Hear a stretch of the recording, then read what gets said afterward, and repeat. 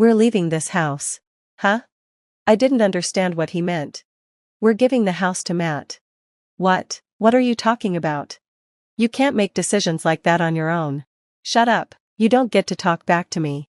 We're giving the house to my brother. If you don't agree, we're getting a divorce. At that moment, all the feelings I had left for my husband completely vanished. Fine, let's get a divorce then.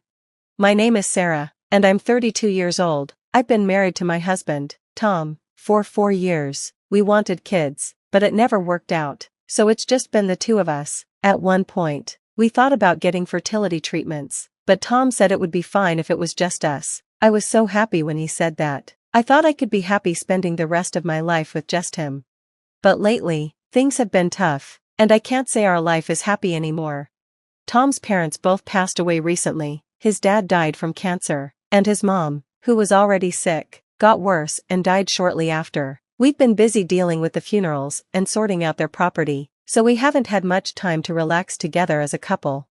On top of that, Tom always thought the husband should be in charge. He's been strict with me sometimes, and he'd make me look bad in front of others, trying to appear humble. As his wife and part of his family, I understood where he was coming from, but lately, it's gotten worse. He treats me like I'm a bad wife. If I make even the smallest mistake with housework, he scolds me like I've done something terrible. Before we got married, we worked together, and he was my boss. Because of that, I think Tom still sees me as someone who works for him, even in our marriage, but that's not how I want our marriage to be. I just want him to treat me better as his wife. Not everything about him is bad, though. When we worked together, he gave me important projects to help me grow, but he'd always be there to help if I needed it. He listened to my concerns and made me feel like I could rely on him. He'd always say, "You did a great job," when we finished a project. At work, he was so charming that I completely fell for him.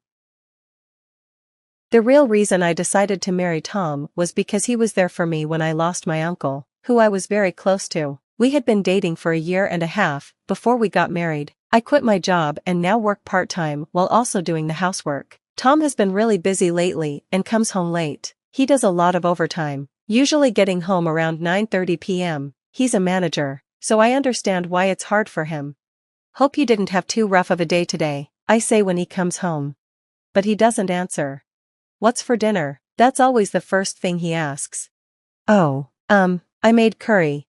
He doesn't respond to that and just says, "Beer." As he sits down at the table, I pick up his suits off the floor and quickly grab him a beer. He likes it really cold, so I have to make sure it's been in the freezer for about 30 minutes before he gets home. If it's frozen, he gets mad, so I have to time it just right. I always feel nervous waiting for him to come home, but he doesn't seem to care about any of the little things I worry about. After dinner, he heads straight for the shower.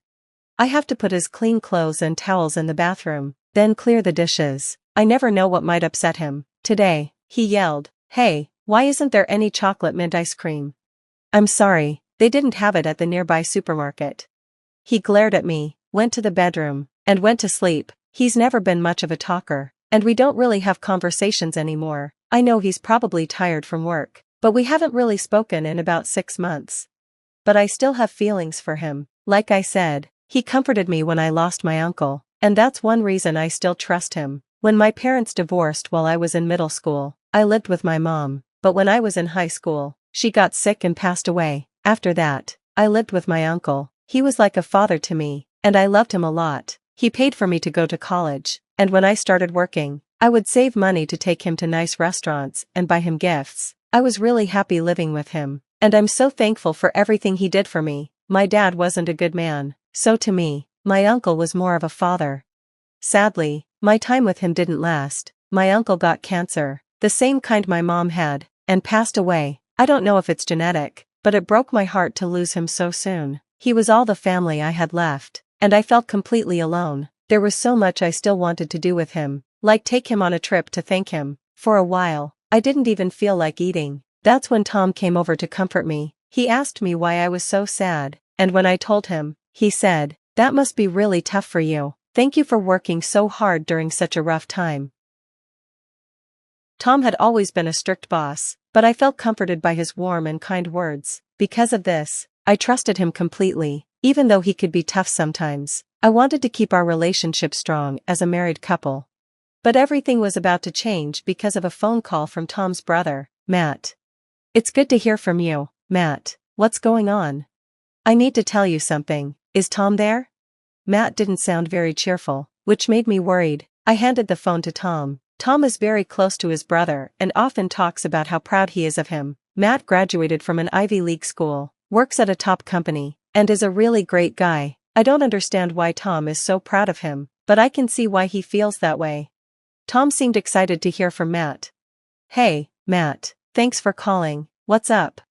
Until then, Tom had been watching TV with no expression, but now he was smiling. Still, I could tell from Matt's tone that something was wrong. As Tom listened to the call, his smile disappeared and his voice sounded worried.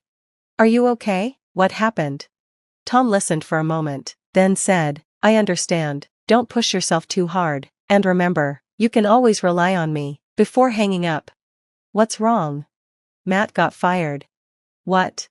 I froze. I knew his company wasn't doing great, but I never expected they would fire Matt. Tom sat down on the couch and sighed. "I can't believe it either. Matt is kind, good at his job, and he respects me." Once, at a family gathering, he even told Tom off for saying too many good things about me. He apologized to me afterward. Matt got married last year, and his wife seems lovely. They look like a beautiful couple, and I imagined they would have a warm, caring family. So, I was shocked to hear that Matt was suddenly let go due to company downsizing. "I'm really worried. Is there anything we can do?" I asked, feeling concerned. But Tom's face turned serious, and he snapped. "Huh? What exactly do you think you can do? Don't even try to get involved. You'll just make things worse." I was shocked. I never expected him to say something like that. It was too much, and I couldn't hold back. "Make things worse? What do you mean by that?" Tom's anger grew even more. "This has nothing to do with you. Stay out of it. You're just a housewife. What do you even know?" "Nothing to do with me? We're family. I'm your wife." I couldn't believe he thought that way. After that, Tom became even more aggressive toward me. "I envy you as a housewife. You don't have any work stress, and all you do is housework. But you should care more about your clothes. Matt's wife always looks stylish. Stop wasting money on clothes and makeup," he'd also say. Which is it? Does he want me to look good or not? I was getting more and more exhausted from his attacks. I used to be able to handle it because I respected him, but lately, it's gotten worse. If I said something wrong, or even if I didn't say anything at all, he was always irritated with me. We don't make eye contact anymore. We don't speak to each other at all. I started wondering why I even stayed married to this man. Then one day, something happened. It was unusual for Tom to be up so early on his day off. I wondered if he had plans, but when I saw him packing boxes and throwing things into a garbage bag, I got curious. We hadn't had much to talk about lately, so I didn't ask what he was doing. But then, he noticed me watching him and said, "Hey, will you help me with this?" I was surprised he was speaking to me. "Are you cleaning your room?" I asked. But his answer was something I didn't expect. "We're leaving this house." Huh? I didn't understand what he meant. "We're giving this place to Matt." What? What are you talking about? You can't just make decisions like that on your own. You can't complain to me like that. This is too much. Don't think you can threaten me and make things go the way you want. Where are we going to live if we give the house to Matt? We'll figure it out. Have you talked to him about this? I will. Just as I thought. He hadn't actually talked to Matt or his wife about this. I couldn't believe he'd try to make such a big decision without even checking with them first. Shut up. You have no right to talk back to me. We're giving this house to my brother. If you don't agree, we're getting a divorce. At that moment, all the feelings I had left for Tom disappeared. Okay, then, let's get a divorce. Tom looked surprised for a moment, but then said, "Okay, I'm serious, you know," and walked out. He came back soon, shouting, "Here are the divorce papers. Let's do it now." He threw the papers at me, and I signed them without saying a word. Okay, I'll submit them. I went out to file the papers. When I got home, Tom was still packing his things. It's done. I've submitted the papers. Okay, now you pack your things too. I replied calmly. What are you talking about? I'm not leaving. Tom looked furious. What? Stop messing around and pack your stuff. I said we're giving this place to Matt.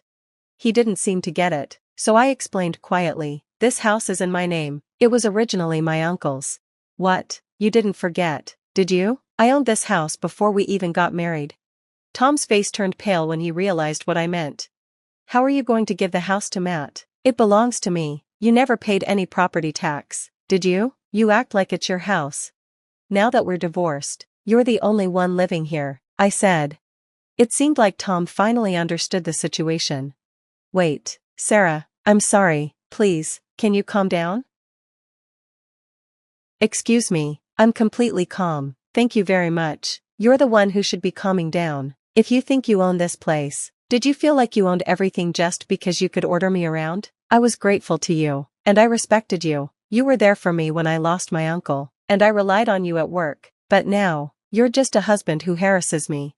Have you ever treated me properly? No, you treated me like I was just a housekeeper, and I can't take it anymore. I never want to see you again. I'm not giving this house to anyone, and you're the one leaving. You've packed your bags, so get out of my house right now. If you don't leave, I'll call the police. Tom is in shock and collapses onto the floor. After that, he rents a storage unit for his things and stays at a business hotel. Not long after, I hear he rented an apartment and started living there like nothing had happened.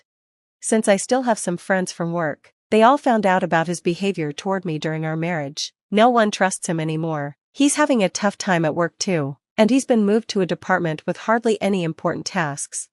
About a year after the divorce, I'm walking home from the store when I'm stopped by Tom. I try to ignore him, but he keeps following me, saying hey over and over. I finally turn to face him, scared, and say, please stop following me. What do you want? He says something I never expected. It's all your fault. Excuse me? How my parents died and how my brother got fired. I don't understand what you're talking about. You jinxed us. You're the one who made all these bad things happen to me and my family. That's ridiculous. I have nothing to do with that. It's been one disaster after another since I married you. If I hadn't, I'd still be living happily. Oh really? What about you getting a promotion while we were married? That happened because of our marriage, right? And what about Matt marrying that lovely woman? That was also while we were together. I stay calm and respond. Just because your life isn't going well doesn't mean you can blame it on me. If you keep following me, I'll call the police. Tom drops his head and walks away. I file a restraining order against him and decide to call Matt. Matt answers and immediately apologizes for his brother. He explains that after our divorce, he was upset with Tom for trying to give the house to him without asking. He says he's been keeping his distance from Tom, as he felt Tom would cause trouble again. I realize Tom is upset because his brother distanced himself from him. That's his problem, not mine. Although Matt lost his job, his skills and experience helped him land a job as a general manager at another company, where he earns a higher salary than before. Hearing this, I know I didn't cause any bad luck for Tom's family. When I tell Matt about the restraining order, he says, I have no problem with that. It's the right thing to do. Now Tom is completely on his own, and it's all his fault. This has taught me how important it is to be kind and thoughtful to others in any relationship. I'm going to keep this lesson in mind as I move forward, being considerate to everyone I meet. It's unbelievable that Tom thought he owned the house. The way he treated me was unacceptable. No matter how good he was at his job, it was definitely the right decision to divorce him. I hope I find someone better in the future. Thanks for watching until the end. If you enjoyed this video, please subscribe to our channel, and we'll see you next time. Hi, I'm Olivia Martinez. I'm 28, living in San Francisco, and working as a software engineer. Calling it my best life might be a bit of a stretch, but hey, I'm managing. My apartment's got a view of the fog, and I can afford the occasional overpriced avocado toast. So there's that. But trust me, getting here wasn't exactly smooth sailing. Picture this. I'm 8 years old, rocking pigtails, when my dad, Michael, decides family life isn't his scene anymore. He packs up and takes off with a woman young enough to be his daughter. Sweetie, I'll always love you, but I need to find myself, he said. Yeah, sure, Dad, find yourself in someone else's arms. Fast forward 4 years, and it's my mom's turn. Sarah meets Mr. Moneybags and suddenly craves a fresh start. Olivia, darling, you'll understand when you're older. This is for the best, she said, kissing me goodbye. The best for who exactly? Thankfully, Grandma Elena stepped in, no questions asked. Olivia, my sweet girl, we'll get through this together, she'd say, wrapping me in those warm, cinnamon-scented hugs that felt like home. Don't get me wrong, I'm doing okay. I've got a great job at Tech Corp, where I met my best friend Zoe. She was the one who finally convinced me to try therapy. Girl, you got more baggage than an airport carousel. Time to unpack that, she said over our third glass of wine one night. So there I was, pouring my heart out to Dr. Patterson every Tuesday. Olivia, how does your parents' abandonment make you feel? He'd ask, how do you think it makes me feel, Doc? Like I just won America's Next Top Abandonment Story. Just when I thought I was getting a grip, life threw another curveball. Grandma Elena, the only real parent I ever had, passed away. I was crushed, drowning in grief and memories of cinnamon hugs. Then came the surprise. She'd left me a fortune, serious money, the kind that would make even a Silicon Valley CEO do a double take. And wouldn't you know it, suddenly my phone was buzzing with calls from two people I never thought I'd hear from again. Olivia, sweetheart, it's your father. I heard about Elena. I think it's time we reconnected. Darling, it's your mother. I'm so sorry about your grandmother. We should talk. Well, look who decided to crawl out of the woodwork. I guess a fat inheritance check was enough to jog their memories about having a daughter. Buckle up, folks, things were about to get interesting. So there I was, standing outside a fancy restaurant, questioning my sanity for agreeing to meet with Michael. Yeah, I'm calling him Michael now. Dad is a title you earn, and this guy cashed in his chips a long time ago. Olivia, oh sweetheart, you look so grown up, he said, walking toward me with a woman who looked like a desperate housewife's extra on his arm and two mini Michaels trailing behind. Hi, Michael, I replied, my voice flatter than week-old soda. This is Vanessa, my wife, he said, beaming like he was introducing me to a shiny new car. And these are the twins, Bryson and Kyler. I forced a smile. Nice to meet you all. As we sat down, I couldn't help but notice Vanessa's designer everything. Her purse probably cost more than my monthly rent. So Olivia, Michael started, his voice dripping with fake sincerity. I heard about Elena. I'm so sorry. She was a good woman. Yeah, she was the best, I replied, stabbing my salad like it had wronged me. Funny how you remember her now. Michael had the decency to look uncomfortable. I know I made mistakes, sweetie, but I'm here now. We're family. Family? I scoffed. Is that what you call it? Vanessa chimed in, her voice nauseatingly sweet. Olivia, your father's been through a lot too. We should focus on healing. I bit my tongue so hard I tasted blood. Michael cleared his throat, leaning in. So Elena's estate, has everything been settled smoothly? And there it was, the real reason for this little family reunion. It's been handled, I said curtly. The rest of lunch was a blur of awkward small talk and thinly veiled questions about my finances. The next day, it was Sarah's turn. She picked a ritzy country club. Of course she did. Darling, she exclaimed, air-kissing my cheeks. This is Robert, my husband. Robert, a silver fox type in a tailored suit, shook my hand. Pleasure to meet you, Olivia. Sarah's told me so much about you. Funny, she hardly ever mentioned you to me, I quipped. Sarah's smile faltered for a second. Well, let's sit, shall we? I've been dying to catch up. For the next hour, I was treated to a whirlwind tour of Sarah's charities, galas, and social connections. It was like listening to a Kardashian podcast on 2x speed. And then I said to the Duchess, darling, that tiara is simply to die for. Sarah giggled, taking a sip of her champagne. Fascinating, I muttered, glancing at the clock and wondering if I could fake a medical emergency to make my escape. Robert cleared his throat, looking over at me. You know, Olivia, times have been a bit tough lately. Some of my investments didn't pan out as expected. I raised an eyebrow. Oh. Sarah jumped in with a too bright smile. Nothing serious, of course. Just a little belt tightening. But you know, family is so important during times like these, don't you think? I excused myself shortly after, my head spinning with thoughts of their not-so-subtle hints. Back at work, I spilled everything to Zoe over coffee. They're totally after your money, Zoe said, her eyes wide with disbelief. You need to watch your back. You think? I sighed. What should I do? Zoe's eyes gleamed with a mischievous light. I know a guy, a private investigator. He could dig up some dirt on your folks. I hesitated, then nodded. Do it. For the next week, my phone lit up with messages from Michael and Sarah. Family dinner.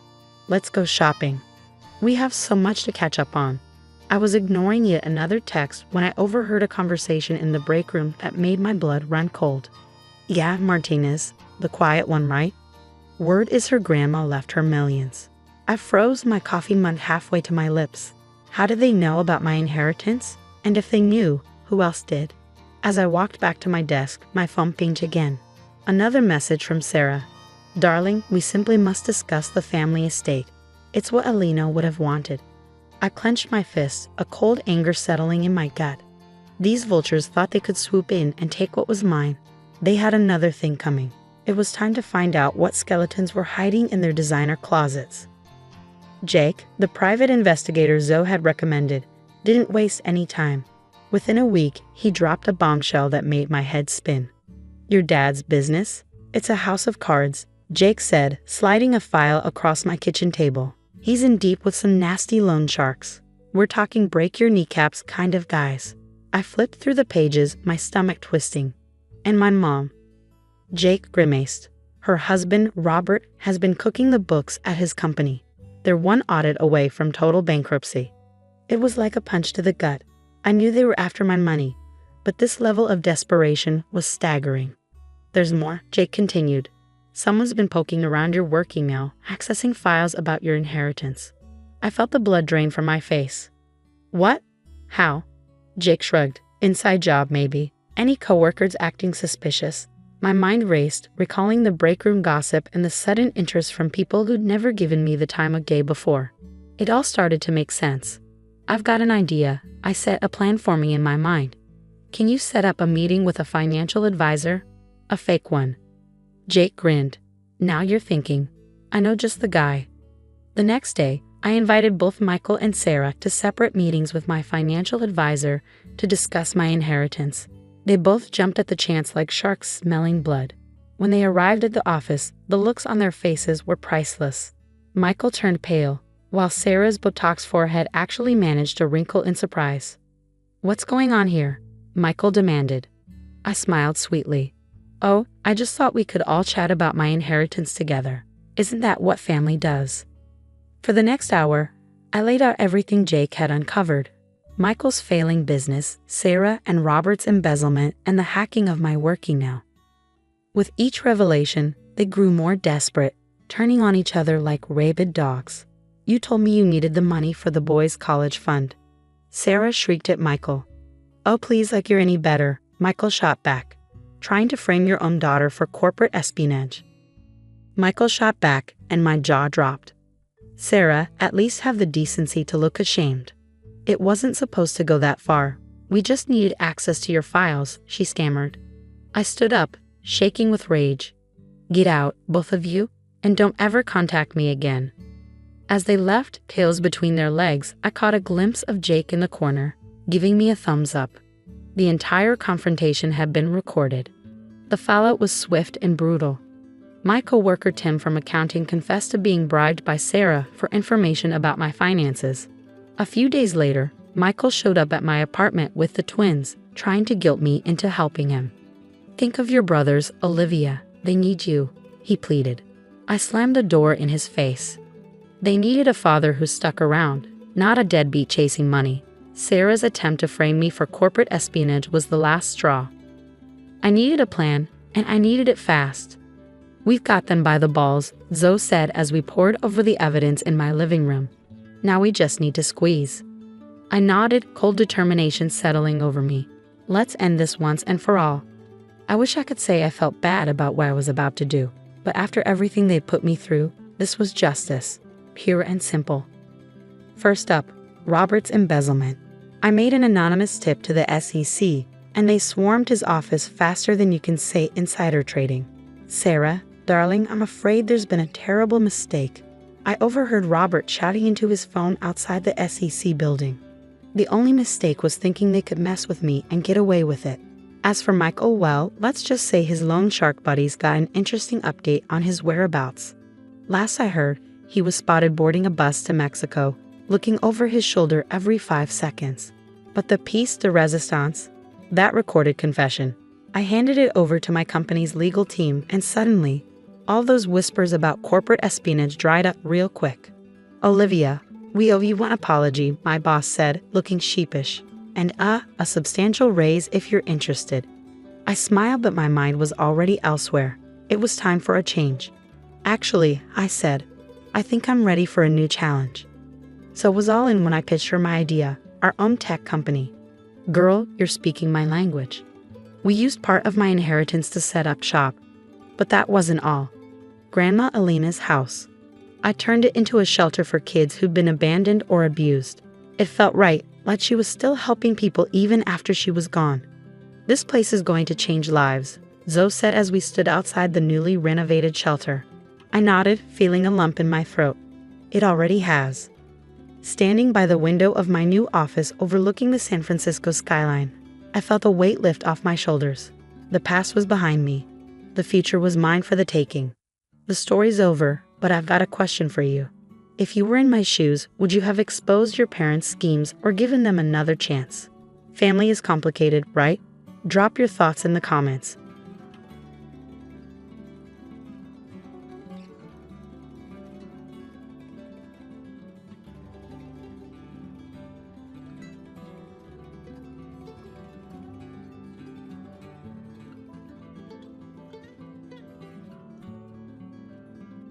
Growing up, it was always clear to me that I stood apart from the rest of my family. My name is Jenny, and I hail from a lineage of restaurant owners. My father, Joe, is a commanding figure, overseeing our family restaurant with a strict hand. My mother, Linda, is his impeccable partner, constantly engrossed in managing the staff. Then there's my older brother, Mike, the golden boy groomed to inherit the family business. I recall a night at the dinner table, the air saturated with the savory scent of Dad's renowned roast. Mom enthusiastically shared details about a new recipe they were experimenting with. Jenny, you'll love this one. It has that fancy herb you adore. What's it called again? She asked, her eyes sparkling. Thyme, I mumbled, idly picking at my food. Mike, mouthful, laughed dismissively from across the table. Who cares about some dumb herb? Wait till you see the new grill Dad's getting for the restaurant. That's the real deal. Dad nodded, his gaze fixed on me. Speaking of the restaurant, Jenny, when are you going to start taking an interest? You're not getting any younger. Attempting to make myself inconspicuous in my chair, I responded, when I'm Dad. I like being outside with the plants and stuff. Mom sighed, exchanging a glance with Dad. Plants. What are you going to do with plants? You need a real job, Jenny, something to fall back on. A knot tightened in my stomach. It was the same conversation every time, but Grandma Rose understood. She lived in a small house surrounded by a breathtaking garden on the outskirts of town. Grandma Rose was different from my parents, gentle and patient. One day, as I found her in the garden, hands immersed in the soil, she smiled brightly. Jenny, dear, come help me plant these tulips. Sitting beside her, feeling the cool dirt on my hands, I confided, Grandma, why don't Mom and Dad understand? I love being here with the plants. Grandma Rose wiped her brow, looking at me with wise eyes. Your parents just want what's best for you, Jenny, but they don't see the world the same way we do. There's magic in these plants in the earth. It's okay to be different. I clung to Grandma Rose's words, even as the pressure from my family intensified. High school graduation marked a crossroads. The house buzzed with excitement over Mike's plans to join Dad at the restaurant. Amidst it all, I felt like a spectator in my own life. One evening, as we gathered in the living room, Dad spoke passionately about expanding the restaurant, eyes gleaming with ambition. Mom turned to me, her voice sharp. And what about you, Jenny? Ready to step up, handle the front desk, learn the ropes. Taking a deep breath, I mustered the courage to speak my truth. Actually, I'm not going to work at the restaurant. I'm going to study landscape design. The room fell silent. Dad's face turned red and he barked. Landscape what now? That's no career for you. You're a part of this family, and the restaurant is our legacy. Mike sneered. What are you going to do? Plant flowers for a living? My cheeks burned, but I held my ground. Yes, that's exactly what I'm going to do. I'm good at it, and I love it. Mom's expression wavered between confusion and concern. Jenny, be sensible. You can't make a living off playing in the dirt. I rose to my feet, a surge of defiance coursing through me. It's not just playing in the dirt, Mom. It's creating something beautiful, something real. I'm not asking for your approval, but I am telling you, this is my decision. Dad slammed his hand on the table, his voice booming. If you choose this foolishness, you're on your own. Don't expect any help from us. And not tightened in my stomach, but my voice remained steady. Fine, I'll do it on my own. Grandma Rose, who had been quietly knitting in the corner, finally spoke. Her voice was calm but carried weight. Joe, let the girl follow her heart. She's got a gift, and it would be a sin to waste it. Her eyes fixed on Dad. Dad let out a frustrated grunt, turning away. Fine, do what you want, but don't come crying to us when it all falls apart. I turned to leave the room, my heart pounding. Mike called out after me, his voice dripping with sarcasm. Good luck, gardener. Let's see how far those flowers get you. Stepping into college life felt like diving into deep water, thrilling yet daunting.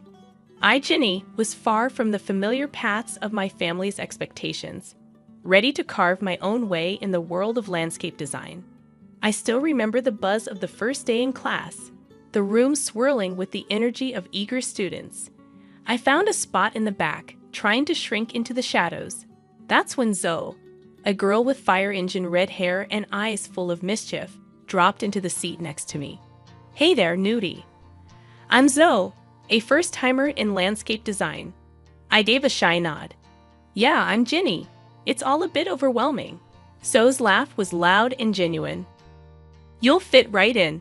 Wait till you get your hands into the real dirt. It's epic. What dragged you into this world? I hesitated, the disapproval of my family still fresh. I've always loved plants, the outdoors. It's where I feel right, you know. Her grin widened. Perfect place for you then. Classes were a whirlwind of learning and creating. I absorbed things like a sponge, from the science of soils to the art of design. I was finally speaking a language I loved. After one particularly intense session, Mr. Davidson, our professor, a man as tall and sturdy as an oak, called me over. Jenny, your designs, there's something else. You've got a real knack for this. His voice was serious but encouraging. I was stunned. Really? Thank you, Mr. Davidson. I'm just trying to do my best. He leaned forward, his eyes piercing. There's potential in you. Don't let it go to waste. Push harder. His words became my mantra. I started to live in the studio, my designs becoming more ambitious, more expressive. It was exhausting but exhilarating. But even in those moments of joy, a part of me yearned for my family. Despite everything, one quiet evening, I gathered the courage to call home. The phone rang, each tone heavy with anticipation. Finally, Mom's voice came through, sharp like a knife's edge. What? What do you want, Jenny? Her tone stung, but I pushed on. I just wanted to check in, see how everyone is. She snorted, her voice dripping with scorn. Oh, now you care, after running off to play in the dirt, abandoning your own family. I gritted my teeth, struggling to maintain a steady voice. I didn't abandon anyone, Mom. I just chose a different path. Her laugh was bitter. A dead-end path, you mean? Don't expect us to be here waiting when it all crumbles around you. The call ended, leaving a sour taste in my mouth. However, it also ignited a fire within me. I dove back into my work with renewed determination, intent on proving not only to my family, but to myself that I was on the right path.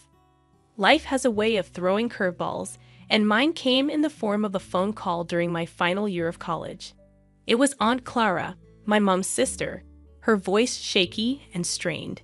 Jenny, it's about your Grandma Rose. She passed away last night. Aunt Clara's voice cracked with emotion, and I felt the ground slip away beneath me. Grandma Rose had been my rock, the one person who believed in my dreams. Losing her felt like losing a part of myself. The funeral was a somber affair, my family stiff and formal. Dad, Mom, and Mike looked like strangers to me. After the service, I'd overheard Mom talking to Aunt Clara. I still can't believe she left that house to Jenny. What's she going to do with it? She can barely take care of herself. Mom's voice dripped with disapproval. I felt a surge of anger but bit my tongue, avoiding a confrontation. The will reading was a few days later. Grandma Rose had left me her house, the beautiful garden haven where I had spent countless hours. My family was shocked, their whispers sharp as thorns. Why would she leave it to Jenny? She's never around anyway, Mike muttered under his breath. Dad's face was like thunder. This is ridiculous. That house could have been sold, put money into the restaurant. I stood up, my voice steady but firm. Grandma knew I loved that house, that garden. It was where we spent so much time together. I'm going to keep it, just as she wanted. Mom's response was cold and harsh. So you're just going to live there alone, playing in the dirt? What a waste. Their words stung, but I had made up my mind. I moved into Grandma's house, immersing myself in the garden she had loved so dearly. I started renovating the place, pouring my heart into every plant, every flower bed. As the months passed, I transformed Grandma's garden into something truly special. It became my sanctuary, a place where I could be myself away from the judgment and expectations of my family. The day the invitation to Mike's wedding arrived at my doorstep was a day of mixed feelings. It was a fancy piece of paper with golden letters against a white background, representing a part of my life I had left behind. Staring at it, a storm of emotions churned inside me. I decided to go, but on my terms. I dressed in a way that felt true to me, elegant but simple, a far cry from the dirt-stained clothes they remembered. Entering the restaurant, the sights and sounds of my past life engulfed me. I spotted my family across the room, Mom, Dad, and Mike, all decked out, looking like a picture-perfect family. Bracing myself, I walked over. Jenny, I didn't think you'd accept the invitation. Mom's voice was sharp, cutting through the noise. I came to see Mike get married. It's a family event, isn't it? I replied, trying to keep my voice level. Mike glanced at me, his smirk familiar and unwelcome. What's the matter? Ran out of bushes to trim? Decided to play dress up for a change. I felt a familiar sting, but I brushed it off. I'm just here to wish well, Mike. It was then that his bride, a tall woman with a haughty look, chimed in. Oh, this is the infamous gardener sister. Did you manage to scrub the dirt from under your nails, dear, or is it your natural look? Her words, sharp and mocking, hung in the air. I clenched my jaw, refusing to let her see how deep they cut. I clean up just fine, thanks for asking. Congratulations to you both. Dad's eyes were cold, his voice colder. Your being here doesn't erase the past, Jenny. You chose your path. Their words were like thorns, but I had grown a thick skin. I'm not here to rehash old arguments, just wanted to wish Mike a happy married life. I was quickly ushered to a small table in the corner, away from the family. Sitting there, I could feel the curious stares and hushed whispers. That's the gardener, they whispered, the black sheep of the family. But as I sat there, a sense of pride welled up in me. Yes, I was the gardener, the one who had dared to follow her own path. I was no longer the shy, unsure girl they remembered, but a woman who had found her strength, who had bloomed in spite of them. My discomfort only grew as the evening stretched on. Sipping my drink, I tried to make myself invisible. But that plan fell apart when I caught the eye of some guys I knew from childhood. Mike's friends, the same ones who used to join him in mocking me. Look who's here, the family's little dirt digger, one of them, Jake, sneered as they approached, a smirk plastered on his face. I took a deep breath, steeling myself. Actually, it's a landscape designer, but I wouldn't expect you to understand the difference. Their laughter was harsh, grating. Oh, well, listen to her. Thinks she's all high and mighty now, Chris added with a scoff. I bit back a sharp retort, my hands clenching under the table. I worked hard for my success. My job is more than just playing in the dirt. Their amusement was cut short when an elderly man at the next table interjected. He had been listening, his expression growing increasingly disapproving. I've seen this young lady's work, the new park downtown.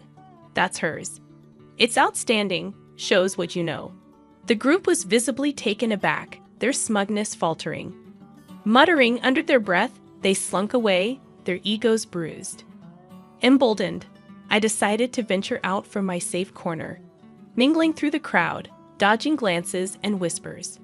That's when I overheard Mike speaking to a group of his friends. She's always been the odd one, more into her plants than real work, Mike said, his voice laced with a mix of amusement and disdain. His friend laughed loudly.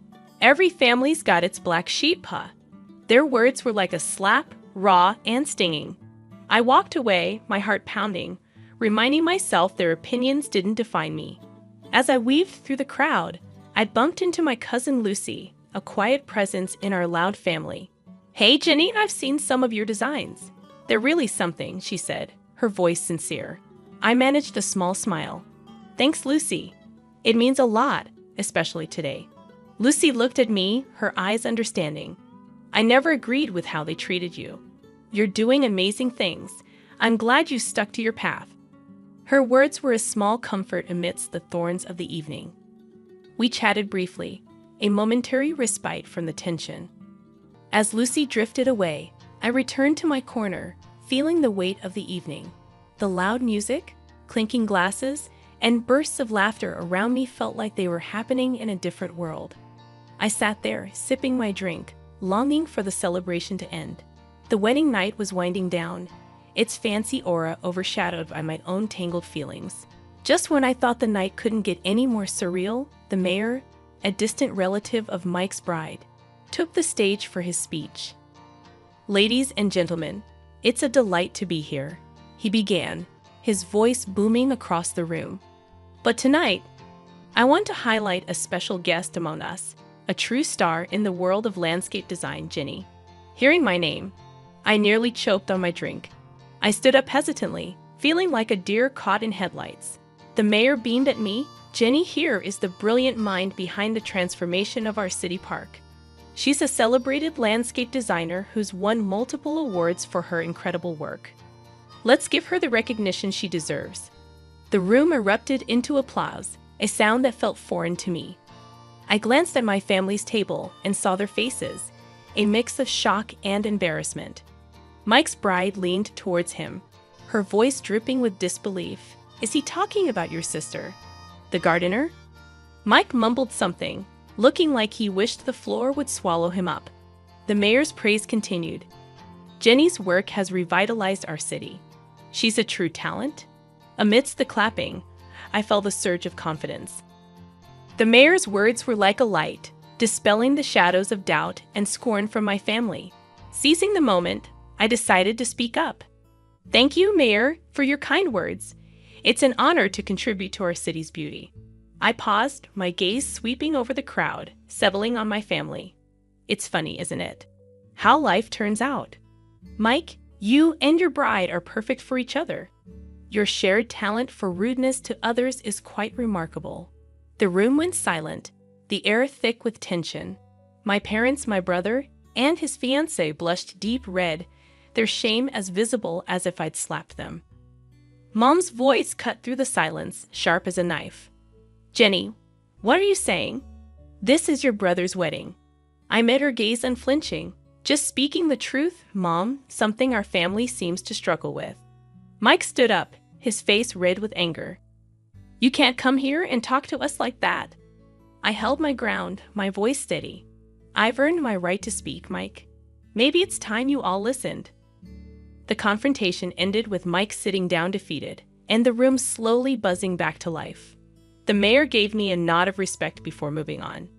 As I sat back down, the weight of the night lifted slightly. I had spoken my piece, stood up for myself in a way I never had before. I was no longer just the gardener or the outcast. I was Jenny, a recognized landscape designer, someone who had grown past her family's narrow expectations. After Mike's wedding, word got out about my success as a landscape designer.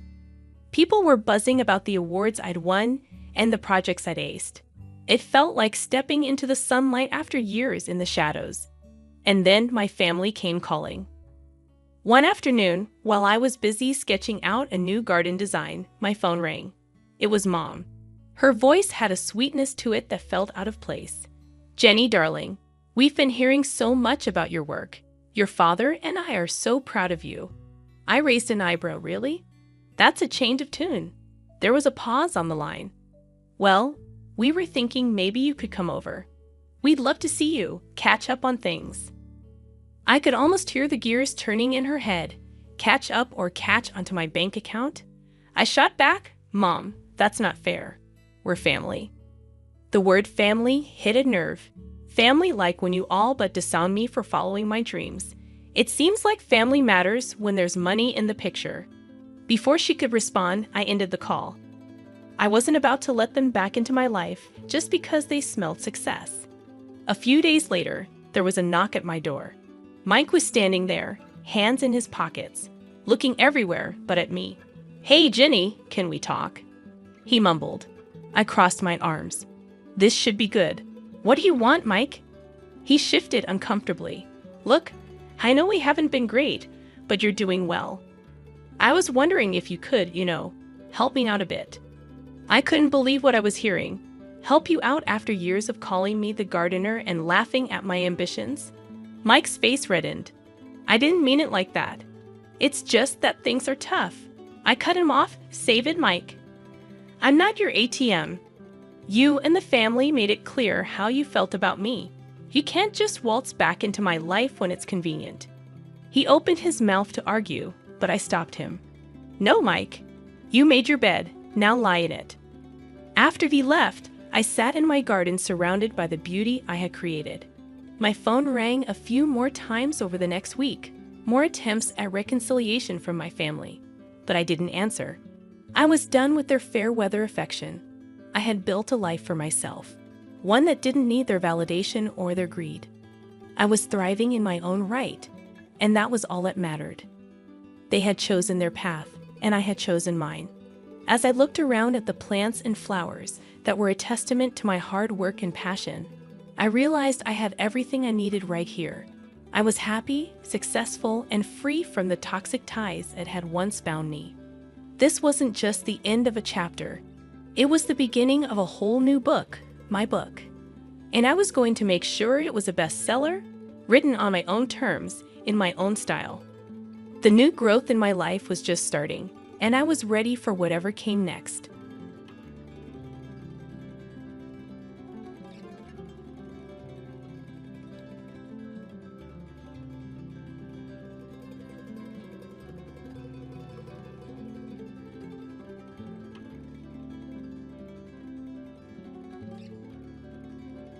My upbringing took a sharp turn from the very beginning, as my parents, facing financial constraints and harboring disappointment over my gender, decided to put me up for adoption when I was just a child.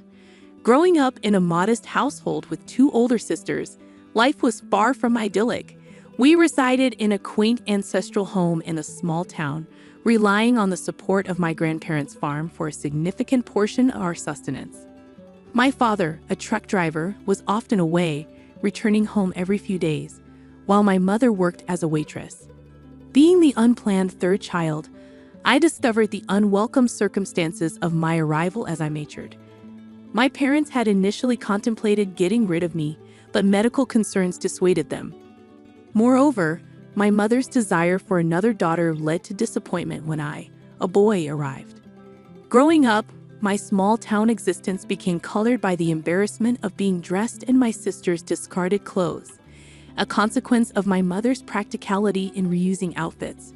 School became a challenging environment where I faced ridicule for wearing a girl's uniform and sporting long hair.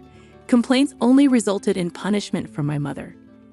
As I navigated childhood, I absorbed a constant stream of abuse and harsh words from my parents. My father's sporadic presence offered little solace, as he fluctuated between a neutral stance and moments of cruelty akin to my mother. My resentment grew as I realized my sisters consistently received the best while I got their leftovers. Rebellion became my coping mechanism, a response to the injustices I perceived. I wasn't a saintly child. I directed my frustration towards my parents, holding them responsible for my misery. Grounded and left to fend for myself, I faced the struggles of a 6-year-old grappling with an unjust reality. A pivotal moment occurred when severe bullying in the playground pushed me to the brink. Upon discovering my sister's new holiday clothes, I succumbed to a fit of frustration, cutting them into confetti. While I regret my actions, they stemmed from a place of pain rather than malice. Instead of understanding my turmoil, my parents deemed it a sin deserving the harshest punishment. They decided to put me up for adoption. Despite waiting for a month, no one stepped forward to take me in.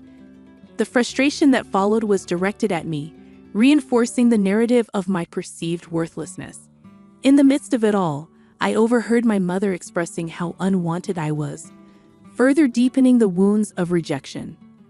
I often find myself pondering the wish that I had undergone a gender check, a step that might have spared me from being brought into a world where my parents harbored such intense hatred for me. It's disheartening to bear the weight of their disdain, especially for a reason beyond my control.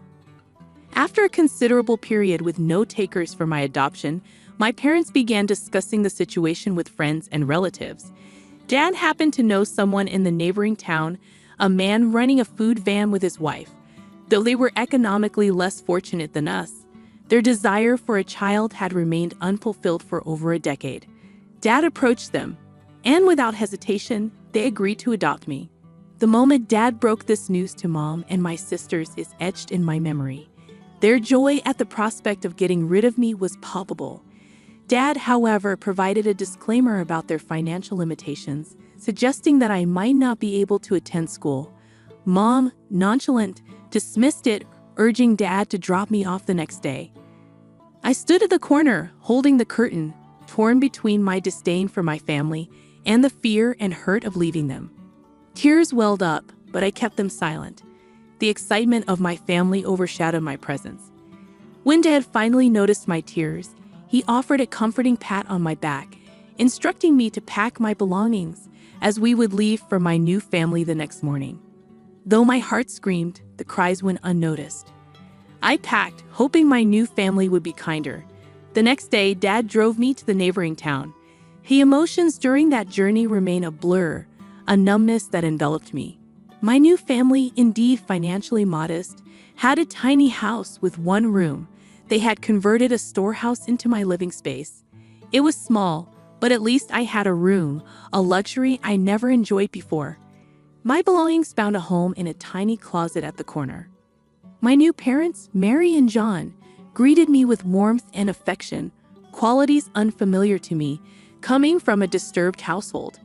Doubts lingered, and I resisted getting attached, fearing another abandonment. It took months for me to realize that their love was genuine. Despite discontinuing school that year due to the mid-session move, they promised to enroll me the following year.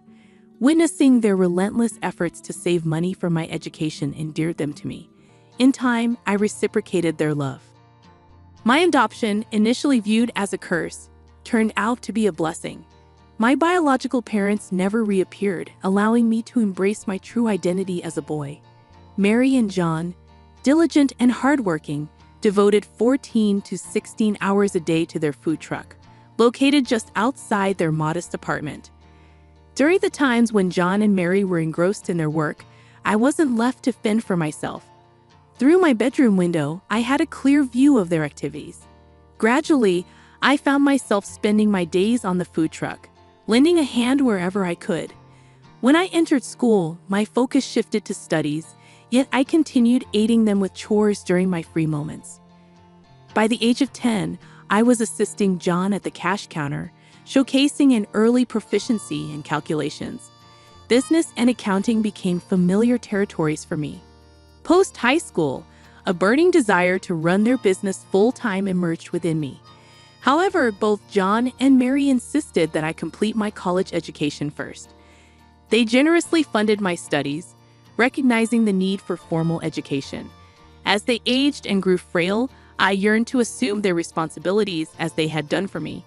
Still, they reassured me they could manage for a few more years and urged me to pursue higher education. My college focus was on business and accounting, driven by my ultimate aspiration to become an entrepreneur. Graduation day marked a pinnacle of joy, with John and Mary celebrating as if over the moon. Despite inviting my biological parents to the convocation, they failed to attend.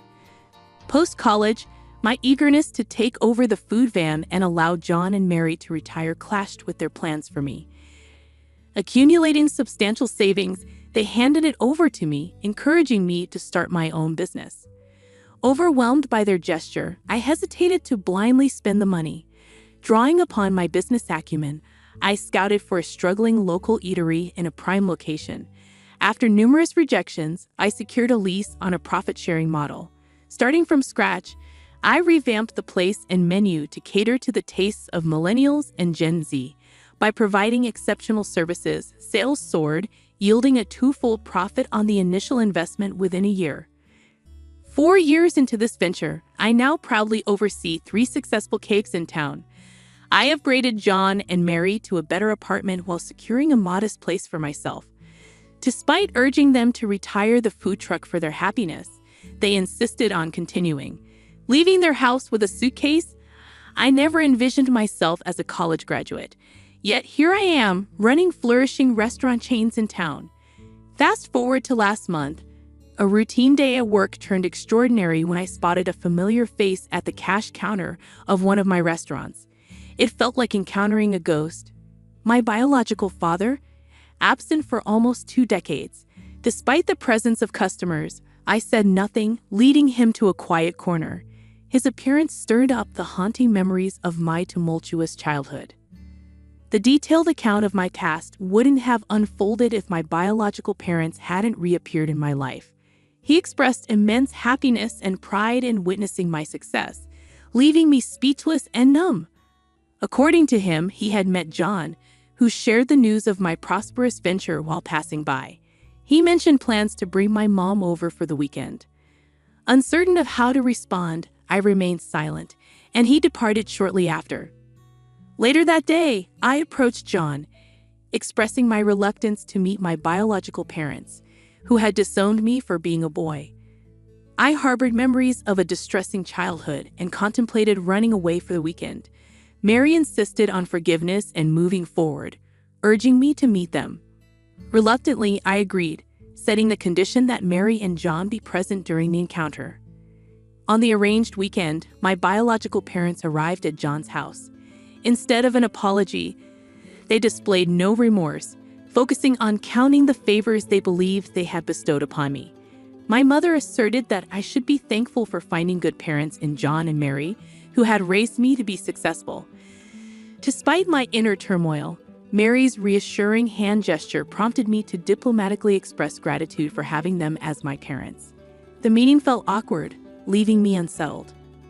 The next day, a call from my mother, whose voice I hadn't recognized in 2 decades, unveiled a demand for money. She explained their financial struggles, detailing Dad's job loss and her own challenges in securing employment as a 50-year-old waitress. Facing mounting pressure from friends to repay borrowed money, she sought $20,000 to cover essential expenses. Though I promised to consider it, doubts lingered about their sincerity. Despite my reservations and conflicted feelings, I eventually discussed the situation with Mary and John. While Mary expressed happiness at my willingness to help, she advised caution. John, sharing my concerns, feared potential emotional exploitation. After much contemplation, I decided to take a gamble and transfer the money to her account, hoping to assist my family in need. Contrary to my initial sense of accomplishment, a week later, my mother called again, leaving me with mixed feelings about their intentions and the financial help I provided. She expressed her gratitude for the assistance and then mentioned that my sisters were eager to meet me. In that moment, I sensed a genuine desire from my family to reconnect. Despite the wrongs my parents had committed during my childhood, I harbored no ill feelings towards my sisters. As a small child, I may have done some mischievous things, but as I grew up, I never held them responsible. I even entertained the thought that my parents might have let me go due to financial struggles rather than malice. When Mom suggested meeting on the upcoming Sunday and I offered to drive home, she proposed an alternative, meeting somewhere outside. I agreed without dwelling too much on it. After the call, a sense of uneasiness lingered. Why didn't she want me to visit home? Meeting family after so many years? Wouldn't it be more natural to call them home instead of opting for a restaurant? Nevertheless, she sent me the details of the restaurant, and it turned out to be one of the fanciest in town. At that moment, my focus was on the fact that they didn't invite me home. I joined them at the restaurant, and the reunion with my sisters brought a momentary sense of happiness. However, when the menu arrived, they began ordering the priciest items, seeking the most expensive dishes. When my father remarked, "Order the most expensive one," my son is a big man now, it felt mean-spirited and wicked. As they indulged in the lavish feast, I found myself footing the bill, a situation that left me contemplating wild thoughts like ghosting them before settling it. However, that seemed too severe. I resolved not to fall into their emotional trap again, sitting coldly through the rest of the evening. They didn't seem to notice my detachment. As they left, there was no invitation to visit home. Instead, my elder and sister inquired about the next dining destination. I faked a smile, bid them goodbye, and returned home to share my experience with Mary. Mary, a kind and independent woman, found their behavior disturbing. She advised me not to be a fool, not to dwell on them, and to focus on my own life. I heeded her counsel, not responding to my sisters or mother when they called. After 2 months of silence, it appeared they got the hint that I didn't want them in my life. In the subsequent update, I acknowledged the support and shared my decision to stop responding to my sisters and biological parents, realizing they seemed interested only in money. However, after 5 months, my mother called again, attempting small talk that felt fake and insincere. When she eventually disclosed that my sisters had to drop out of college due to financial struggles and asked me to fund their education, I couldn't contain my frustration. Despite her plea for help, I remained firm in my decision to distance myself from their intentions. I was at work during that call and wanted to keep a clear head, so I decided to hang up. However, she persisted, calling again in the evening. Initially ignoring her calls, I realized that avoidance wasn't a solution. The next time she called, I answered. She immediately delved into discussing my sister's eagerness to rejoin college and inquired about my payment plan, whether in a lump sum or semester-wise. She suggested transferring the entire amount to her, and she would handle the tuition before each semester. I interrupted her, expressing my reluctance to make any payments. To her surprise, I firmly stated that I had no intention of contributing. She inquired about the refusal, suggesting installment payments, but I reiterated my stance, emphasizing that my elder sister's education wasn't my responsibility, particularly given my parents' abandonment.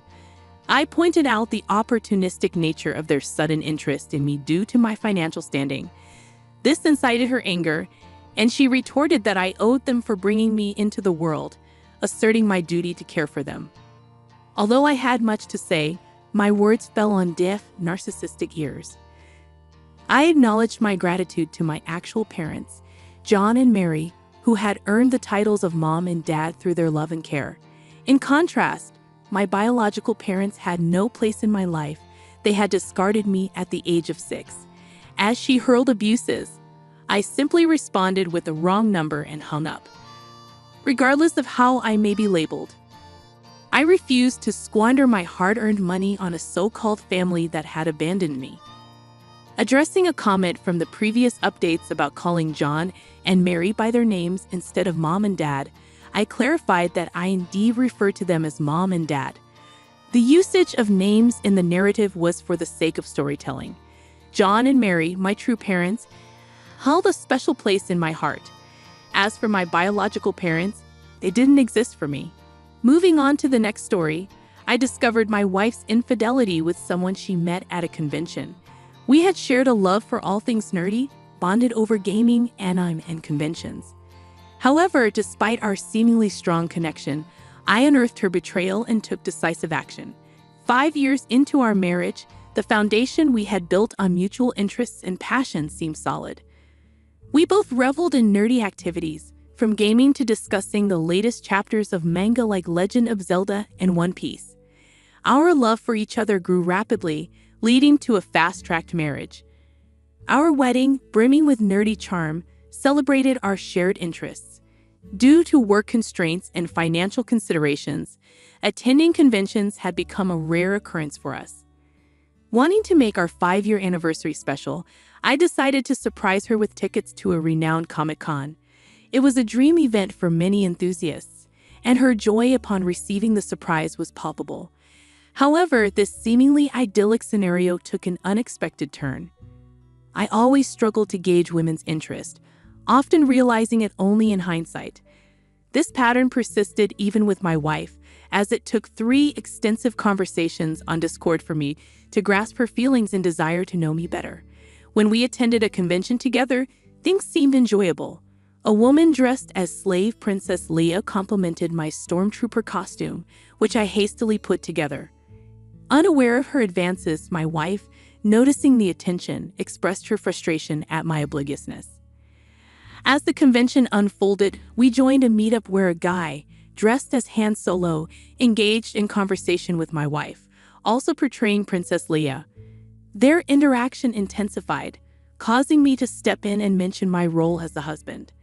Although he acknowledged me politely, he avoided eye contact.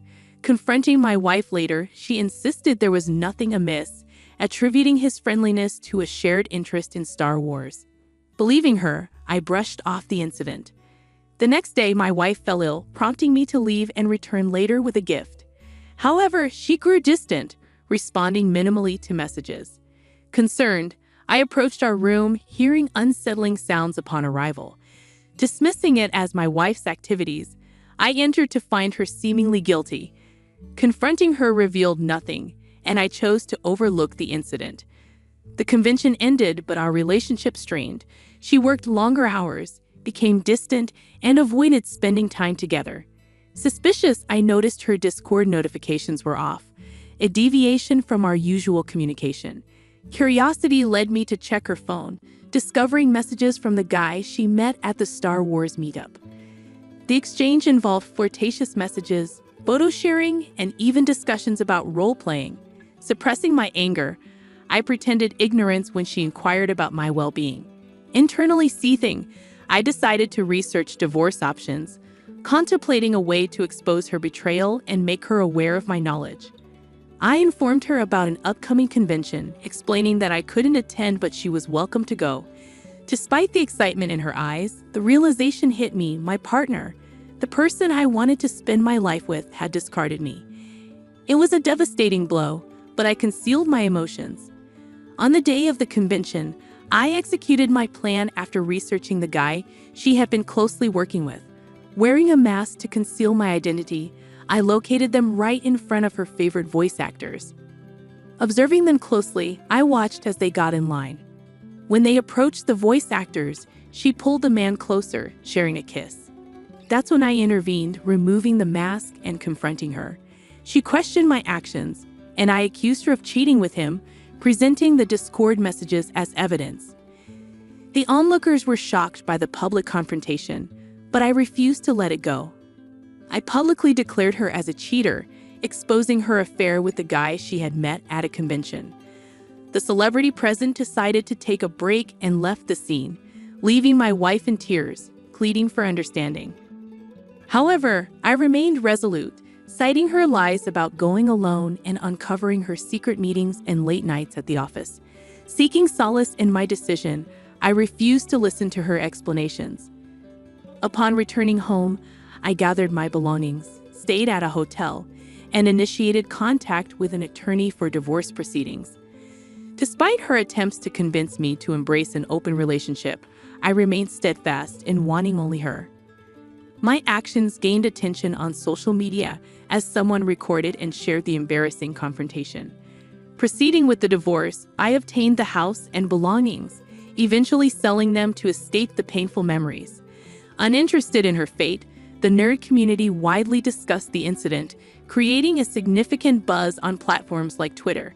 Her boss eventually discovered the situation, but my focus shifted towards my ongoing quest for love, steering clear of a relationship with a cheating partner like her.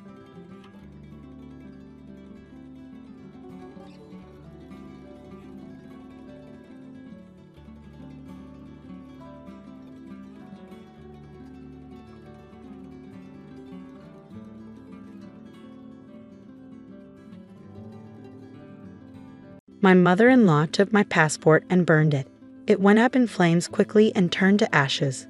Now I can't go on my vacation to St. Bert's Island. I was shocked and asked, "What's going on?" She smirked and said, "You're a stranger here, so you'll be staying home," while my husband grinned too. I was horrified by their cruel trick. I knew they might do something like this, but I didn't expect them to be so sneaky. They looked pleased with themselves and even laughed in a nasty way. Then I told them who I really am. My name is Tyra, I'm 29, and I study linguistics at university. Since graduating, I've been learning about different languages and cultures and sharing what I know. My organization sends me on trips abroad, and when that happens, I'm gone for a few months. When I first started this job, I thought marriage wasn't something I'd ever do. But when I went back to my home country at 26, I met Corey, who eventually became my husband. Because of my job, I only see him for a few months at a time before I had to travel again. We stayed in touch with phone calls and emails while I was away. 2 years later, at 28, we got married. Even after our wedding, I continued to spend half the year working abroad, so we were apart a lot. I'm thankful he chose to marry me despite this. Today, I'm heading home from the airport. It's the first time I'll see my husband in 5 months. I should be tired, but I'm excited and walking quickly. When I got home, Corey wasn't there yet, so I started tidying up.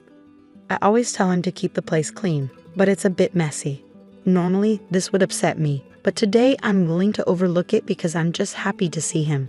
While I'm cooking, I hear the front door open. Corey walks in, and I rush to greet him. "Corey, welcome home. It's so good to see you." "Oh, hi, Tyra. You're back. Is that all you can say? We haven't seen each other in 5 months." "Well, we've been living like this for a while, so I'm used to it." "What? Can't you at least say you missed me?" "Oh, what? I'm tired. Anyway, is dinner ready?" "Yeah, I just finished cooking. Let's eat." Eating with my husband after so many months feels like the best meal ever. Normally, I'd be happy with just this, but today feels a bit different. "Hey Corey, why do you keep staring at your phone?" "What? What's the problem?" "Nothing's wrong, but I'm finally home." "You've been glued to your phone and haven't really talked to me. We've been in touch through calls and emails all this time, haven't we?" "There's nothing new to talk about now." "That might be true, but it's been a long time since we've seen each other like this." "So why?" My frustration with my husband's attitude makes my voice rise. It looks like my comment upset him. He stood up, put his phone on the table, and glared at me. "You know what? You were just on a plane, but I'm exhausted from work." "Got it?" "Hold on. I also jumped on a plane right after work. Didn't you talk to me like that?" "I didn't ask you to do that. You just rushed home on your own." "What? You don't have to say it like that. I missed you. I'm just saying I didn't ask you to come home. If you're going to be like this, don't come back at all. You're being annoying, Tyra." He slammed the table and stormed out of the living room, leaving his dinner untouched. What's wrong with him? Why is he being so cold? I haven't seen him in a long time. Was I the only one excited to see him? What's the point of coming home early if it's like this? Tears fell from my eyes and onto the table. Our reunion was even more disappointing than I had feared. The next day, his attitude didn't improve. When I greeted him with a good morning, he looked at me coldly. "I envy you," he said. "You get to relax at home all the time while I'm stuck working." "That's not true," I replied. "I have a lot of work to do, like summarizing our activities and preparing for the next training session. It's a lot of work, more than you think. Either way, it's something you can do at home. I wish I had a job where I could spend half the year like that." "You don't have to talk like that." "Well, I'm just a company guy, so I have to go to work. You enjoy your time at home, princess." "What the heck, Corey?" Ignoring me, my husband left the house. We had a few arguments before we got married, but he had never been this sarcastic. I was really confused by his behavior and wondered if his words were causing problems between us. I thought about what I might do to improve the situation. While I was going through work materials, I decided to tidy up the house. As I was vacuuming and changing the bed linens, my phone rang. It was my mother-in-law. Feeling uneasy, I answered the call. "Hello, Tyra here." "Hi, Tyra. It's been a while. I heard you're back home and that you arrived yesterday." "Yes, that's right. And I also heard you upset Corey. He was quite angry." "I'm sorry, but it's nothing that should concern you." Well, since you're back, how about we plan a family trip? What? I was taken aback by her suggestion. Before I could respond, my mother-in-law continued.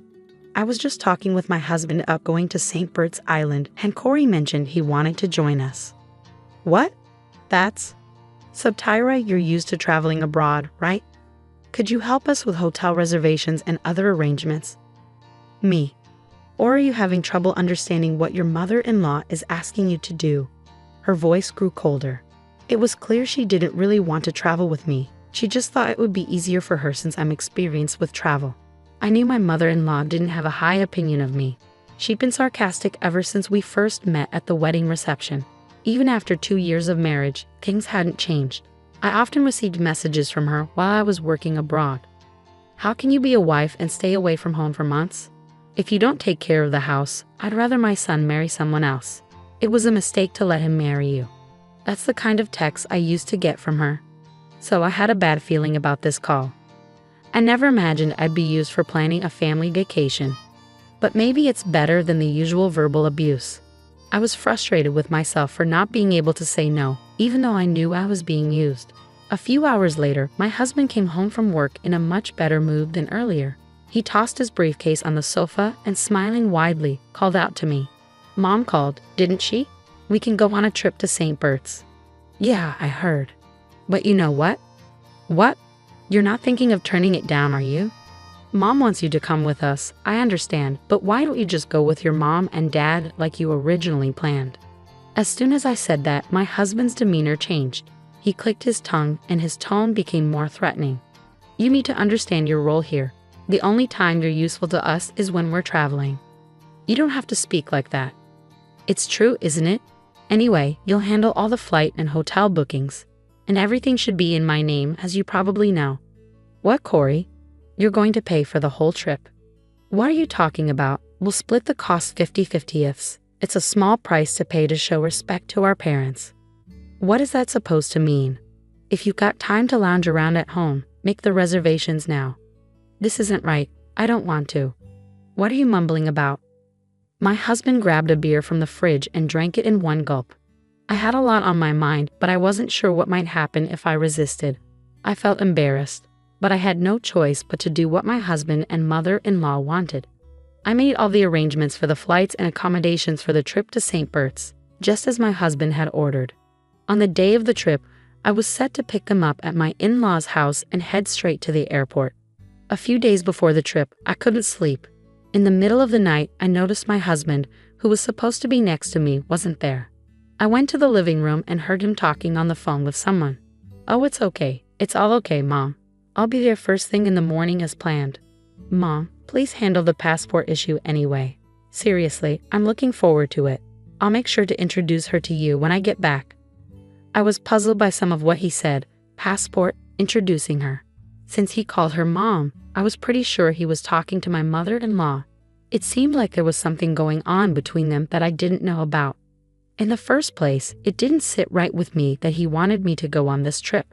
What could they be planning if I went to my in-laws' house? I didn't have all the details, but I decided to stay extremely cautious until the day of the trip.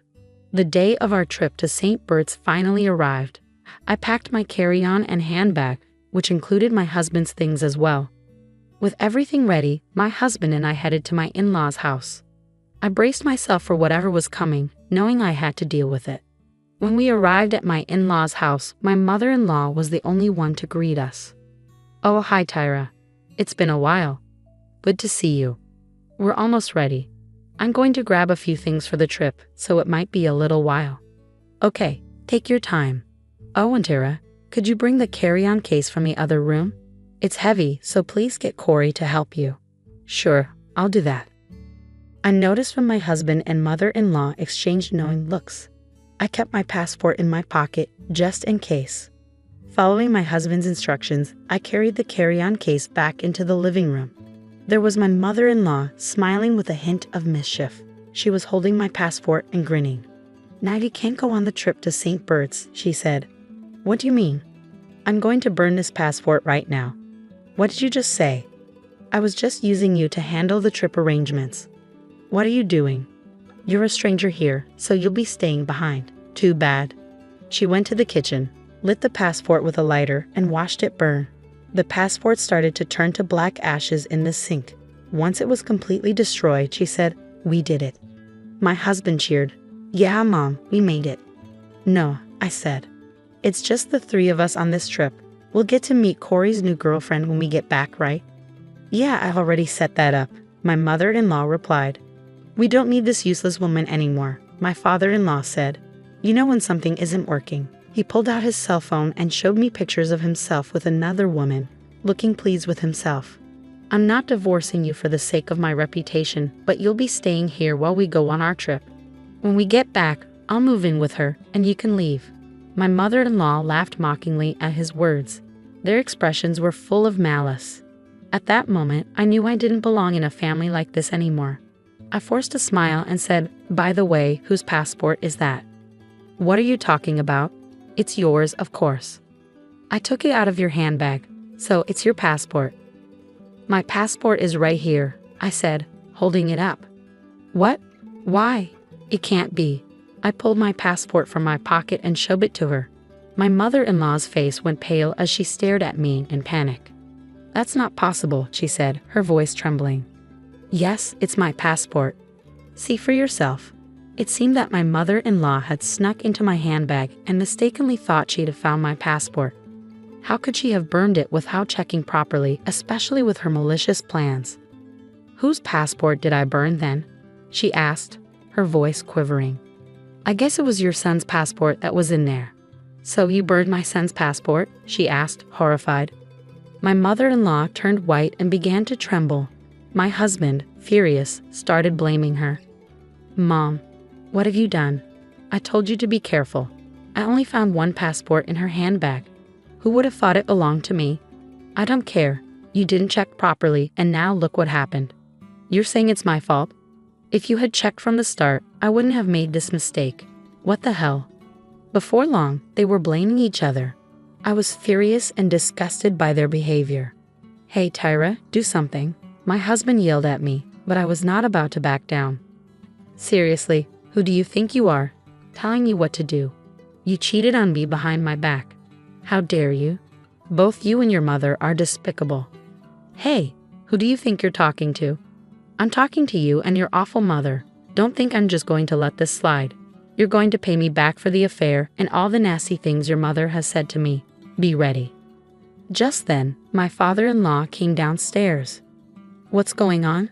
What are you doing?" When I told my father-in-law everything, he was furious. The trip was canceled, my mother-in-law got a divorce, and my husband was disowned by his father and banned from coming home. I consulted a lawyer, and we finalized the divorce. I also demanded alimony from both my ex-husband and ex-mother-in-law. They had to pay the alimony in one lump sum and cover the cost of canceling the trip to St. Bert's. Since they didn't save any money, they had to borrow to cover the alimony. In the end, they managed to repay everything by borrowing funds. Now my ex-husband lives with his mother, and it looks like they are struggling financially. He was also dumped by the woman he had an affair with. As for me, I used the alimony money to move into a condo and enjoy living alone. After all the cheating and mistreatment, I went through many difficulties, but now I'm free and loving life. I plan to continue traveling, learning about different cultures, and sharing my experiences with the world. Thank you for watching. If you enjoyed the story, please subscribe to our channel. See you in the next video.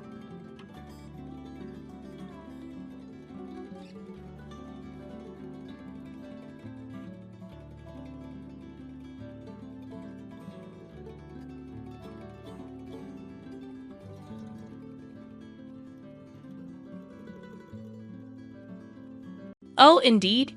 Is it true that you've acquired a house? If so, I'd be interested in living with you. Unexpectedly, my mother-in-law started uttering such an absurd proposition over the phone.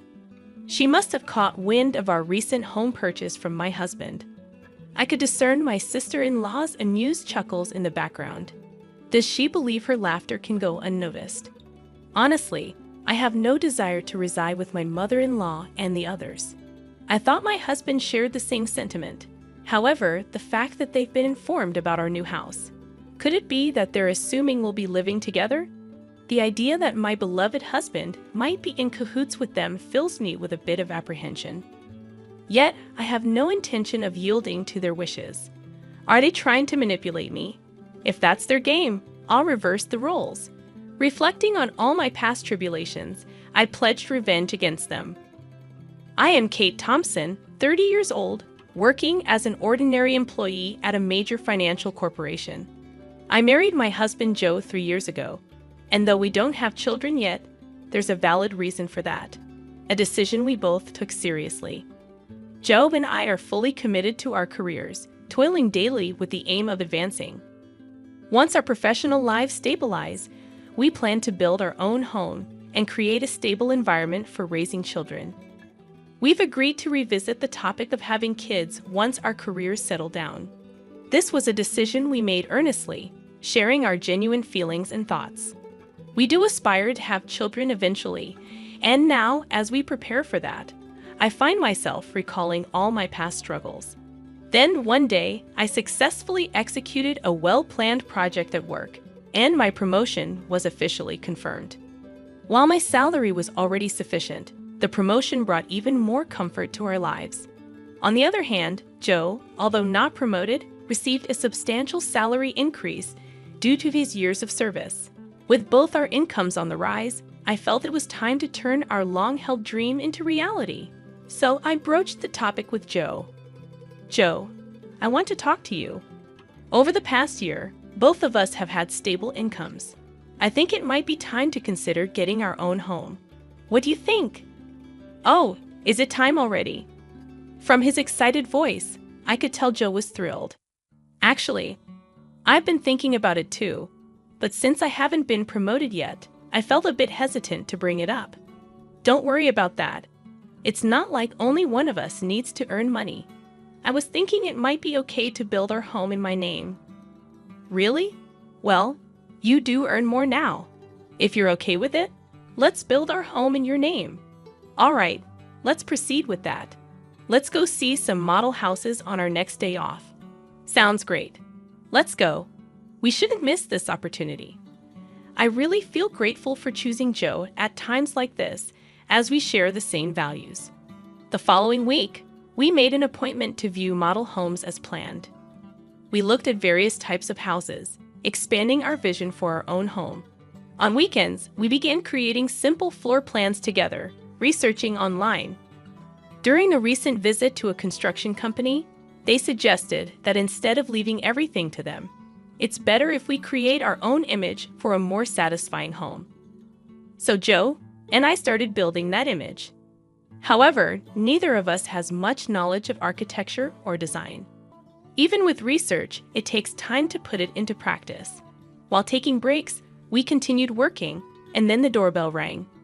I thought it was a delivery, but when I opened the door, my mother-in-law was standing there.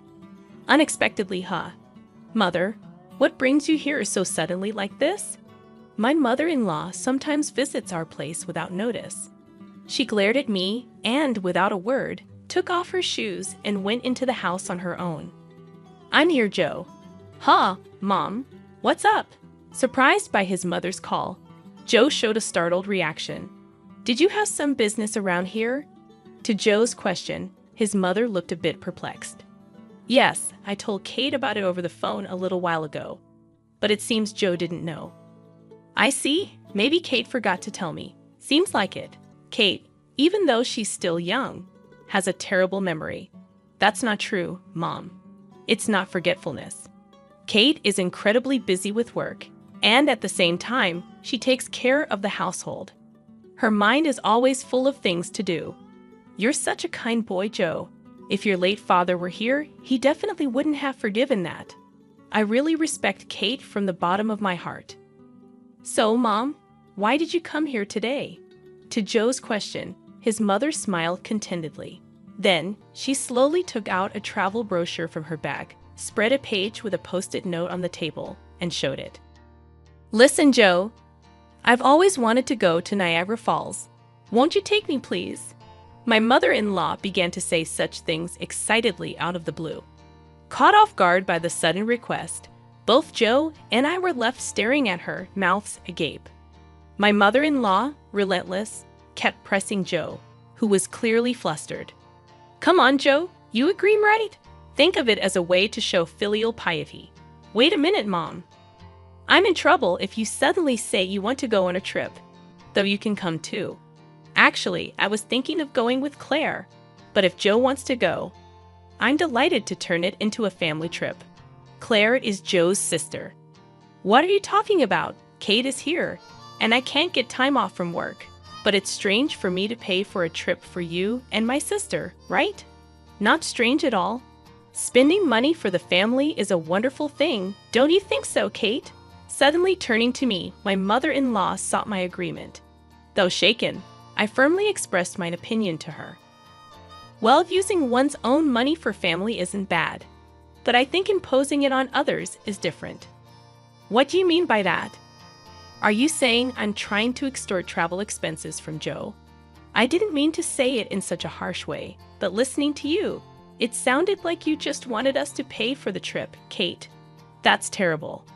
I had no such intention, but you're making me out to be the villain in front of Joe.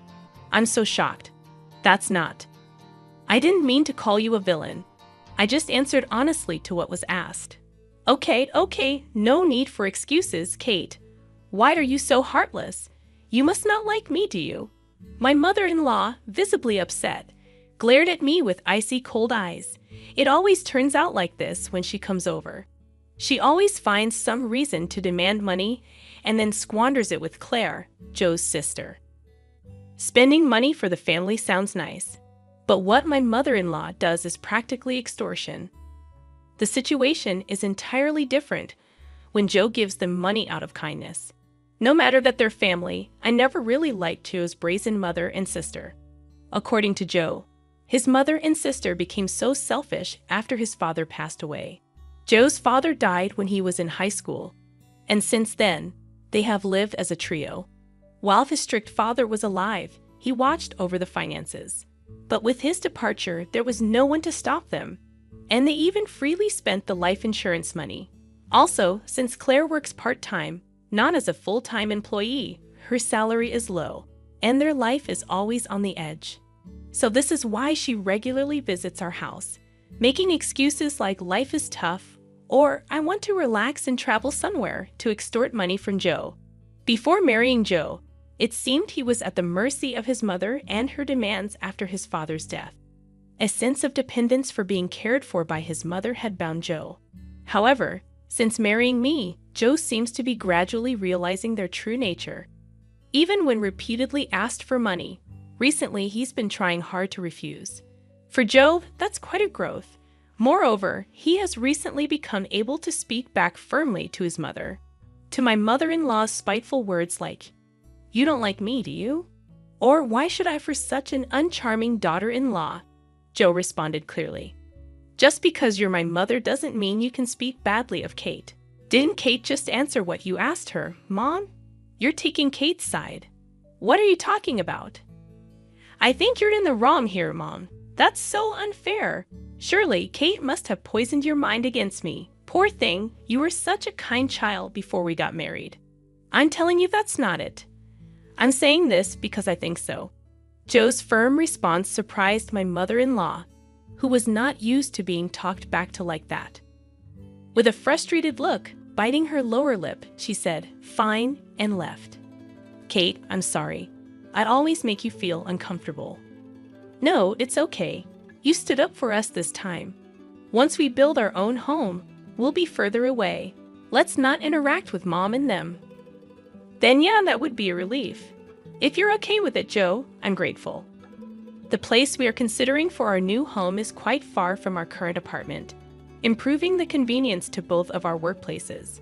Our current apartment is about 5 train stations away from Joe's parental home, but the new house will be 3 times farther and require transfers. The route from the station is also complex, so if we don't give them the address, they won't be able to find our new home. It's a good chance to cleanly break off our relationship with my mother-in-law. Later, we submitted our imagined floor plan to the construction company, and the construction started 2 months later.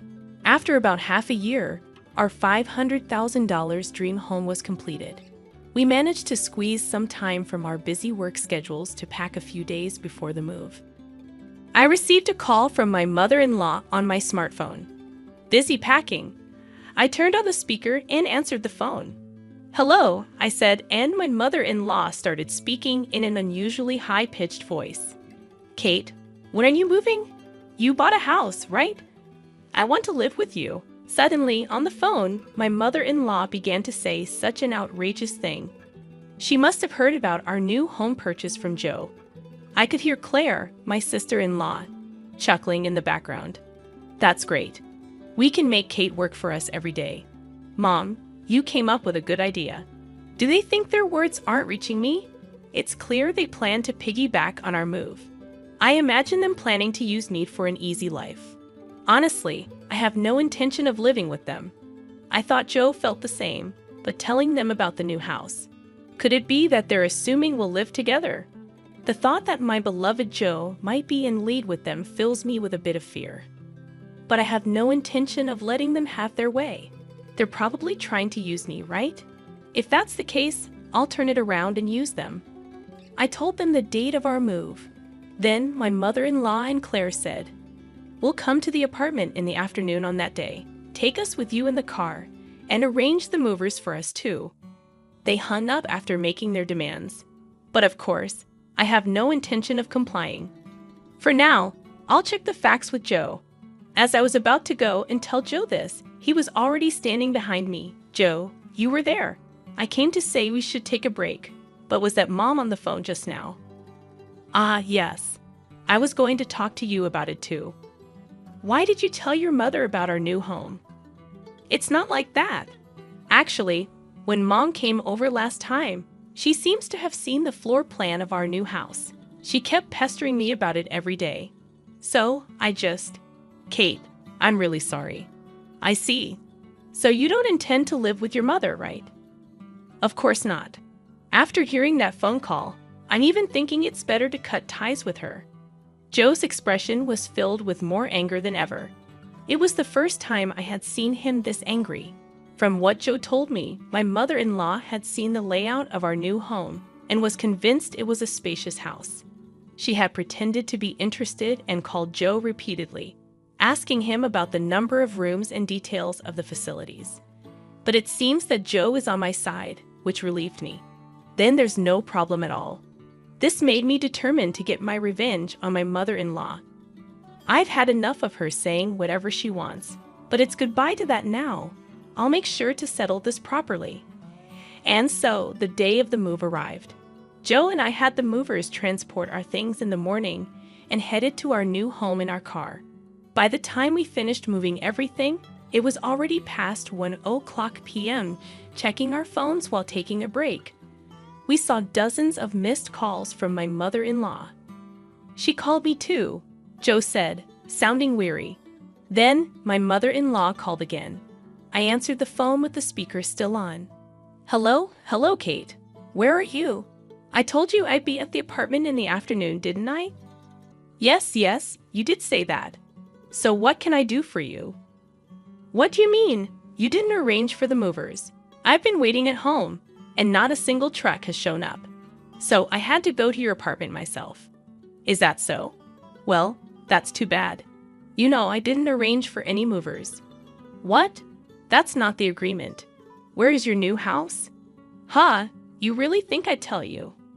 After saying that clearly, my mother-in-law uttered a dumbfounded huh. She probably thought that as long as Joe was there, she could always have her way. But Joe is different now. He's my precious ally, trying to cut off the bad ties with his family. Determined to release all my pent-up feelings, I spoke firmly. "Just to let you know, neither Joe nor I have any intention of living with the two of you from now on. Please don't involve yourselves in our lives." "What are you saying? Your opinion doesn't matter. It's up to Joe to decide. At least tell me where the new house is right now." "Huh? How are you going to get here without even knowing the address? This house is in my name. I have the right to decide who lives here. If you two just barge in, it's trespassing, and I'll sue you right away." "What? Trespassing? How rude to say that about your husband's family." At that point, Joe spoke up in a deathly cold voice. Family? My father, who was a family member, is already gone, isn't he? What are you saying, Joe? After hearing that last phone call, I'm utterly fed up with you two. Just having a blood relation with you is embarrassing. From now on, my family is only Dad and Kate. I no longer consider you two as my family. Wait, Joe, don't say such things. Don't bother us again, got it? With that, Joe hung up without waiting for her reply. He swiftly set his phone to block her calls. Hey, Joe, are you really okay with this? Yeah, I finally realized that Mom was just using me to her advantage. I feel completely relieved now. Joe looked truly refreshed, sincerely believing what he said. That's how we, as a couple, managed to cut off the bad ties with my mother-in-law and sister. Afterwards, they had to change their lifestyle drastically, as Joe stopped supporting them completely. Without any contact with Joe, they lost their fallback option. Later on, my sister-in-law's part-time income wasn't enough, and my mother-in-law had to start working part-time as well. Being a housewife for so long, she wasn't used to the working environment and was clumsy, often being disliked at her workplace. Meanwhile, we live a peaceful life in our new home, with no sudden visits from my mother-in-law anymore. We are truly stress-free. I'm endlessly grateful to Joe for believing in me and cutting ties with his toxic blood relatives. We might face various challenges in the future, but even then, I trust Joe, and we will support each other and walk through life together.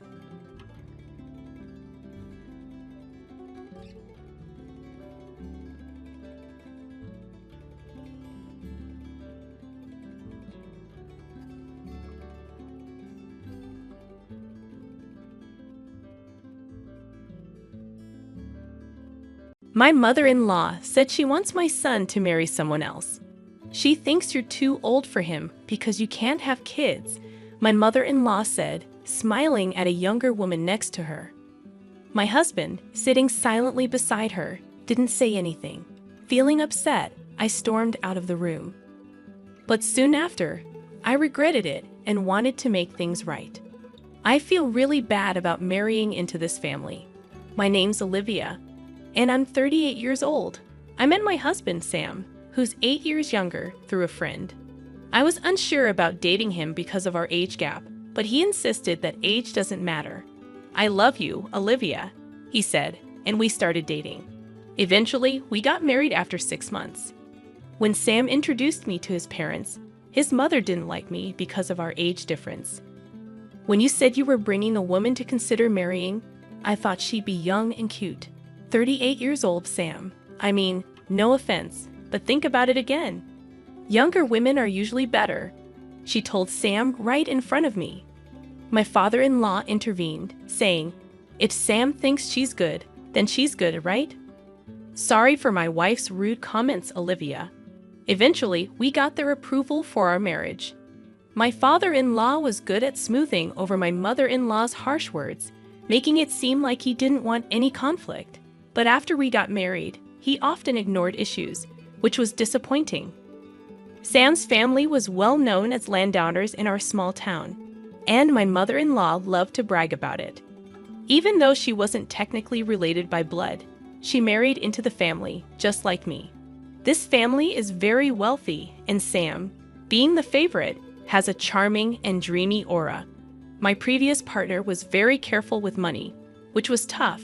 So Sam's relaxed and generous attitude towards money is quite attractive to me.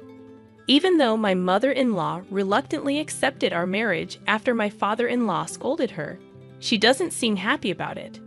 She keeps telling me how a good wife should act, which is frustrating. She's influential among the local women and takes pride in leading the Women's Association and being popular. She insisted I take time off during the week to meet the association members. She believes it's important to impress them. She introduced me proudly, but some of them hinted that she might not be as well liked as she thinks. Oh, and she also told me to get a medical checkup to see if I could have children. I was a bit put off that it was her, not Sam, who ordered it, but I was also curious to know if I could get pregnant, so I agreed. Gynecological exams aren't exactly a walk in the park. Despite being important for women's health, they're uncomfortable. Does anyone else find sitting in that examination chair waiting unbearable? Despite the discomfort, my bridal health check results were good. I felt relieved when the doctor said, "You're healthy." Sam seemed worried, but he looked relieved when I told him the news. I shared the results with my mother-in-law, hoping we could finally celebrate our marriage happily. But then she said, "Good that you've passed the first hurdle." The first hurdle? What did she mean by that? I thought she'd be happier. Was she secretly hoping for bad news? As I tried to figure out how to respond, my mother-in-law surprised me with a proposal. "After you get married, let's build a duplex and live together. You'll split the down payment and mortgage. You work in administration, right? Your salary might not be high, but you should be able to handle it at your age. A duplex? Living together? Splitting the costs with me?" I felt overwhelmed by this sudden flood of suggestions. I looked at my husband sitting beside me, hoping for some support, but he remained silent. "Could you please chime in?" I asked him. I haven't discussed anything about living together with Sam. And, well, before we talk about a duplex and living arrangements, I'd like to address the comment about my job," I said, feeling a bit hurt. "You haven't discussed it." "Oh, well, Sam probably thought it was understood." "That's not good. We'd always planned that when Sam gets married, we'll all share a house and live together," my mother-in-law insisted. I felt a chill run down my spine. Always? Is she implying she drilled this idea into Sam's head by repeating it constantly? "That's correct. That's what I had in mind." "Wait, you didn't know about this? Why are you agreeing so easily?" my mother-in-law questioned. "I'm sorry, but I had no idea about this plan, and I can't make a decision without discussing it with Sam first. Can we please hold off on this for now?" I said before leaving my in-laws' house. Later, when I talked to Sam, he admitted that after we got married, he intended to build a duplex on his parents' property and live with them. I was furious that Sam hadn't told me about his plans, but when he apologized and said he forgot, I couldn't stay mad. I thought I might not find someone as kind and handsome as Sam at my age, so I ignored the warning signs and went ahead with the marriage. Looking back, I realized I should have been more cautious. I ended up going along with my mother-in-law's wishes and helped pay for a duplex where we'd live with Sam's parents. 6 months into our marriage, I found out I was pregnant. I kept it a secret from my in-laws until I was sure everything was stable. When I finally told them, they were thrilled and started discussing baby names, assuming it would be a boy, although we didn't know the gender yet. Despite feeling pressure, it's nice to see them happy. I was advised to quit my job for safety reasons, but since I help with my family's business, I have some flexibility. I decided to keep working as long as it doesn't strain me too much. My pregnancy was going smoothly, and I started feeling the baby's movements, a long-awaited joy. It's a mysterious yet happy feeling to sense a tiny life stirring inside me. I'm grateful for the joy of being a woman and experiencing this miracle. Sam, my husband, and my in-laws eagerly anticipate the baby's growth at each checkup, and I can't wait for the child's birth. I have a feeling that my relationship with my mother-in-law will improve once the baby arrives. One day, when everything seemed perfect, I noticed the baby's movements were weakening. I felt an indescribable anxiety and rushed to the hospital. The doctors gave me heartbreaking news. Something was wrong with the baby. Why? How? I was living normally. What did I do wrong? I was gripped with fear over the risks. I was hospitalized immediately, but despite the doctor's efforts, my child passed away. Just a few more months and I could have held my baby. Why did this happen so suddenly? It felt like just yesterday when the baby was moving so energetically inside me. Was it my fault? As I cried in sorrow, my husband's words pierced through my pain. How long will you cry? It's over now, isn't it? Crying won't bring the baby back. Stop crying. I was stunned. What was Sam saying? Our child had just passed away. Even though I was taken aback by this cold side of Sam I had never seen before, my shattered state of mind left me unable to speak. Then came the day I was discharged from the hospital. Sam didn't come to pick me up. I managed to force a smile and reassure the nurses who were concerned about me going home alone.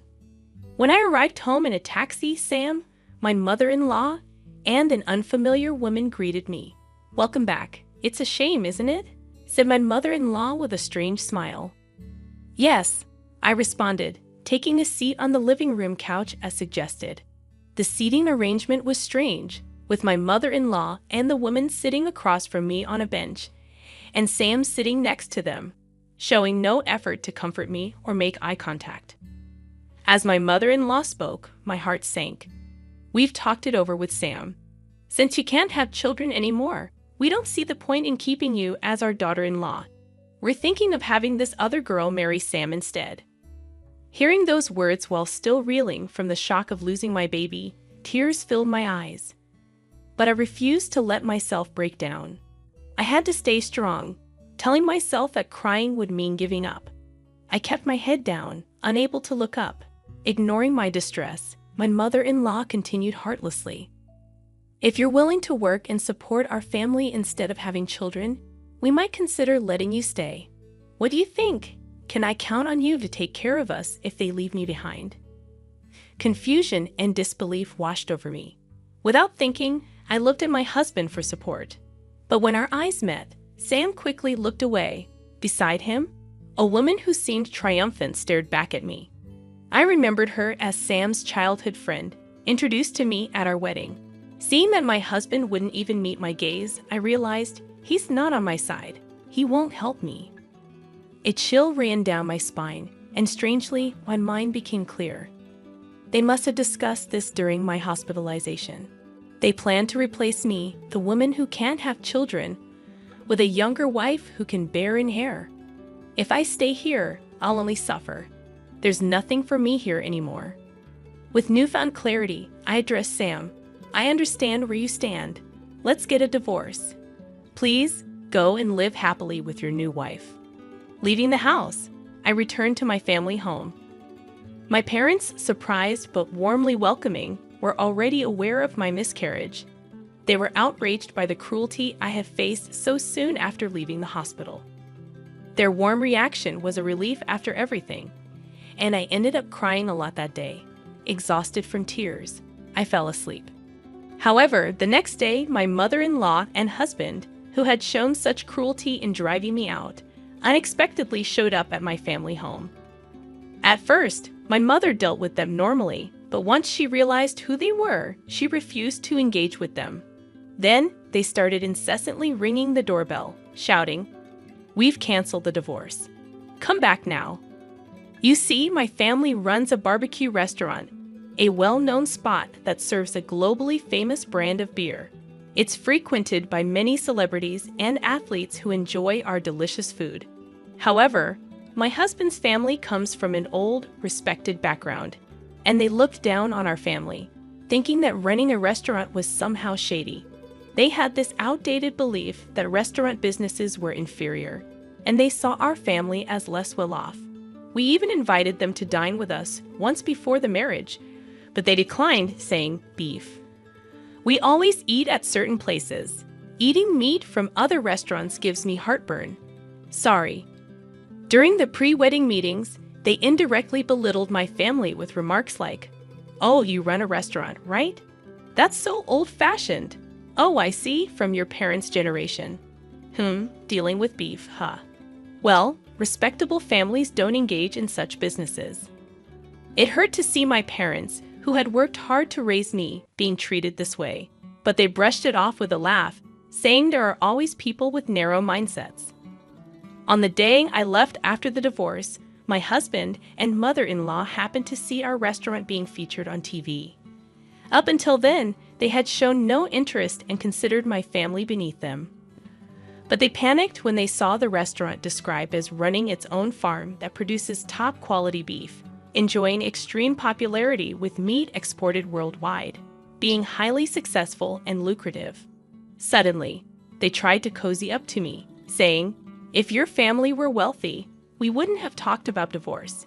We're sorry for yesterday. We weren't thinking clearly. Please come back." After all their talk about children and heirs, Was it really all about money in the end? My husband Sam and his family never asked much about my job, so I had simply told them I worked in office administration for my family's company, leading them to believe I was a low-paid and incompetent employee. Consequently, they probably assumed that asking me to pay for the house would make me give up on the marriage. In reality, I managed the meat export division of my parents' company, earning a substantial income for an office worker. Fortunately, I had saved up a good amount due to getting married later in life, allowing me to provide the money they demanded. I am also a major shareholder in the company and aspire to eventually take over my father's position to further expand the business.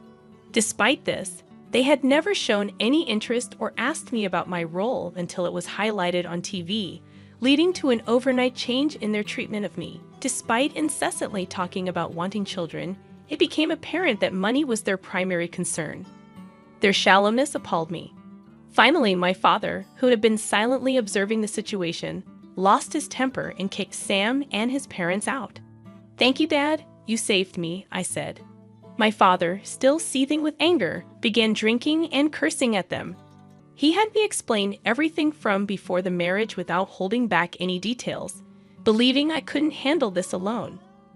My father promptly contacted a lawyer he knew, leading to a demand for damages since I was unjustly evicted.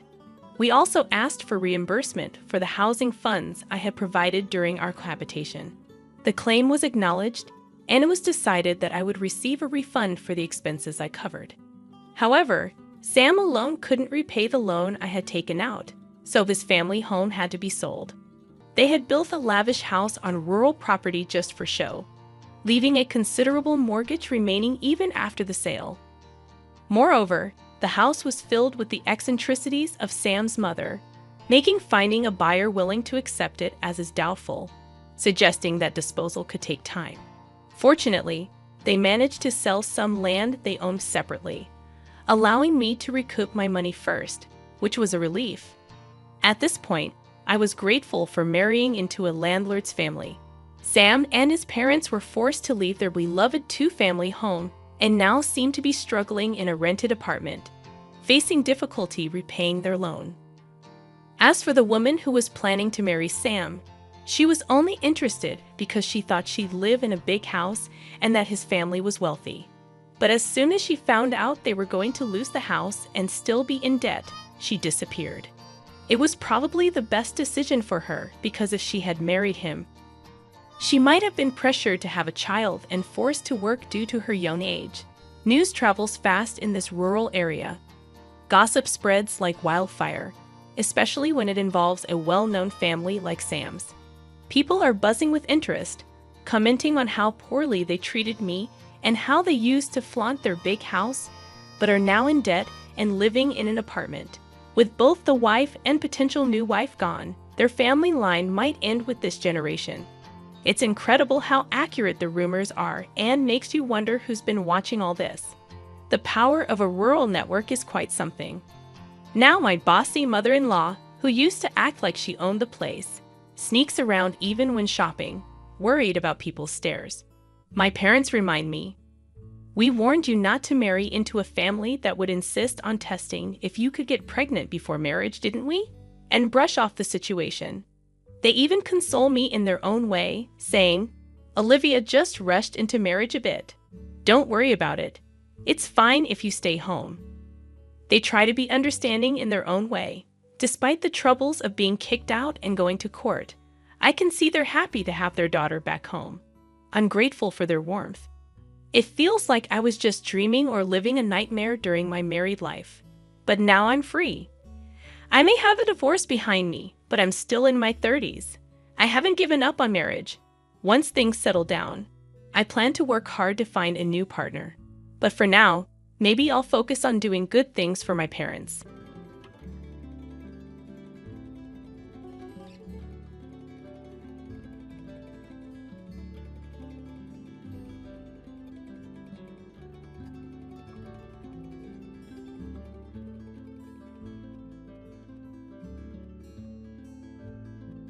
Now that the elderly patriarch has passed away, I find myself in the role of the eldest son, essentially the decision maker for the family. Allow me to make it clear, the entirety of the inheritance belongs to us. Mom and Nolan will receive nothing. Prepare yourselves for this, and I apologize for the inconvenience, but Ryan would likely prefer it this way.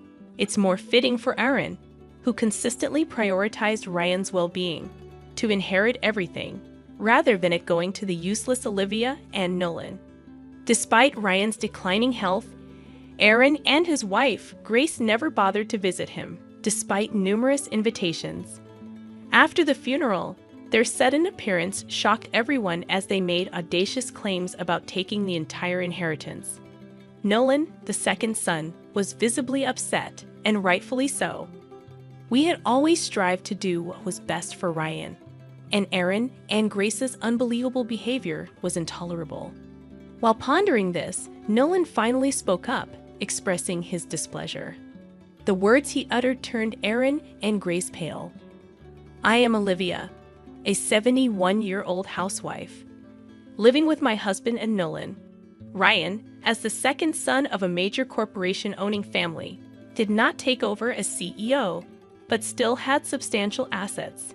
Despite his wealth, Ryan was frugal, detesting wastefulness and encouraging savings. However, Aaron and Grace, who were extravagant and often spent recklessly, faced financial trouble and sought our help regularly. On one occasion, Aaron and Grace approached our home together. Nolan, avoiding them, had gone out. Ignoring our disapproval, Aaron addressed Ryan, saying, "Dad, we're struggling with our finances this month. Could you help us out a bit?" Ryan, frustrated with their reckless spending, frowned. Grace chimed in, attempting to persuade Ryan, "You know, we have Colton too. He's about to enter high school and wants to go to a prestigious private school. But private schools are expensive, right? Colton's your beloved grandson. Maybe you could help a little." Their audacious request, despite needing help, astounded us. However, due to Ryan's deep affection for Colton, he agreed to provide financial assistance, setting strict conditions to prevent wasteful spending and ensuring Colton wouldn't suffer. Aaron and Grace, aware of Ryan's soft spot for Colton, exploited it, using him as a reason to secure the financial support they sought. The same pattern repeated itself, with us reluctantly agreeing to give them money following Ryan's instructions. I transferred a reasonable sum to Aaron and Grace's account, hoping for a positive change in our lives. However, our efforts seemed futile. More misfortune struck when Ryan collapsed, prompting Nolan to call an ambulance. Ryan was diagnosed with advanced cancer, and the treatment offered no guarantees. Devastated by this news, we resolved to support Ryan until the end. I visited the hospital daily, while Nolan, despite working, spent his days off by Ryan's bedside. Yet despite his deteriorating condition, Aaron and his family never visited. Ryan grew increasingly weary and longed to see Colton, whom he adored. Unable to bear seeing Ryan so lonely, I contacted Aaron and Grace, requesting them to visit with Colton. However, they responded dismissively, stating it was a hassle and never showed up. Ryan's battle with cancer lasted about a year, taking a heavy toll on him. After a long struggle, Ryan passed away, leaving an indescribable void. Nolan supported me, even though he must have been hurting too. Despite being overwhelmed with grief, I couldn't help with the funeral arrangements. Aaron and Grace never offered assistance, remaining heartless even in the face of Ryan's death. Ryan's funeral, a quiet affair attended by close family and friends, saw no sign of Aaron and Grace. After the funeral, as Nolan and I placed flowers and sympathy cards on the altar, the doorbell rang. We exchanged glances, realizing it was Aaron and his family. Colton's presence, after such a long absence, felt strange. Aaron casually mentioned they couldn't make it to the funeral due to a family trip they had planned. Grace and Colton followed him into the living room, their audacity astonishing us. Apologetic words seemed insincere, and their lack of empathy hurt deeply. I was even more taken aback when Aaron uttered something unbelievable. "Now that the old man's gone, as the eldest, I'm pretty much in charge. Listen up, the entire inheritance is ours. Mom and Nolan get nothing, just so you know, he declared confidently. In disbelief, I blurted out, "Sorry about this, but Ryan would be happier this way. It's better for the inheritance to go to Aaron," who always considered Ryan first, than to useless Olivia and Nolan. Aaron and Grace's outrageous claims stunned me. After leaving everything to us and enjoying their easy life, they now showed up to claim Ryan's inheritance. I couldn't bear the thought of even a part of the inheritance ending up in Aaron and Grace's hands. While we were struggling with this dilemma, Nolan suddenly spoke up, flipping the situation. "I've been thinking, Colton doesn't really look like Aaron," Nolan stated. Everyone, including Aaron's family and myself, was shocked by this statement. "Now there's no time for this, Nolan. What are you saying? Colton is definitely Aaron's child. He just takes after me." Grace reacted strongly to Nolan's casual remark. Her face turned pale, as if a taboo subject had been broached. "Why are you so flustered?" "I just mentioned it casually because I was curious. Also, Colton doesn't seem to resemble Grace either, or is it just me?" Nolan suggested. As we took a closer look at Colton's face, he didn't seem to resemble Nolan or Grace, especially since Grace claimed he looks like me, which didn't seem quite right. Aaron, apparently thinking the same, turned pale and glared at Grace. "Are you accusing me of cheating? Could Colton not be my son?" Aaron said, grabbing Grace by the collar. Grace frantically denied it, saying, "No, that's not true." But her denial lacked credibility. The situation was escalating, and without intervention, it could spiral out of control. Eventually, Nolan stepped in, saying, "Calm down. It'll all be clear once we do the DNA test." We decided to conduct the test. Grace kept arguing, saying there's no need for that, and doubting our parental bond. Although Aaron complained about this, he seemed determined to take a DNA test with Colton in the near future, not swayed by Grace's words. For a few days, I had little contact with Aaron and Grace, mostly spending my time sorting through Ryan's belongings. Then, one day, the doorbell rang again. As Nolan and I wondered who it could be, Aaron entered the living room alone. It was unusual for him to visit our house by himself. I made coffee and offered him a seat. With a look of humiliation, Aaron placed a document on the table, the DNA test result. It stated that there was no paternal relationship between Colton and Aaron. In other words, Colton wasn't Aaron's child. "I've been deceived by Grace. Colton must be the child of her lover. She betrayed me," Aaron exclaimed, his face turning red with anger. While cheating is undoubtedly wrong, Aaron may deserve some sympathy for being deceived. However, I couldn't find it in me to sympathize with Aaron. We hadn't forgotten Aaron's past unreasonable behavior, and Grace's betrayal didn't justify taking Aaron's side. I wouldn't be satisfied until I thoroughly confronted Grace.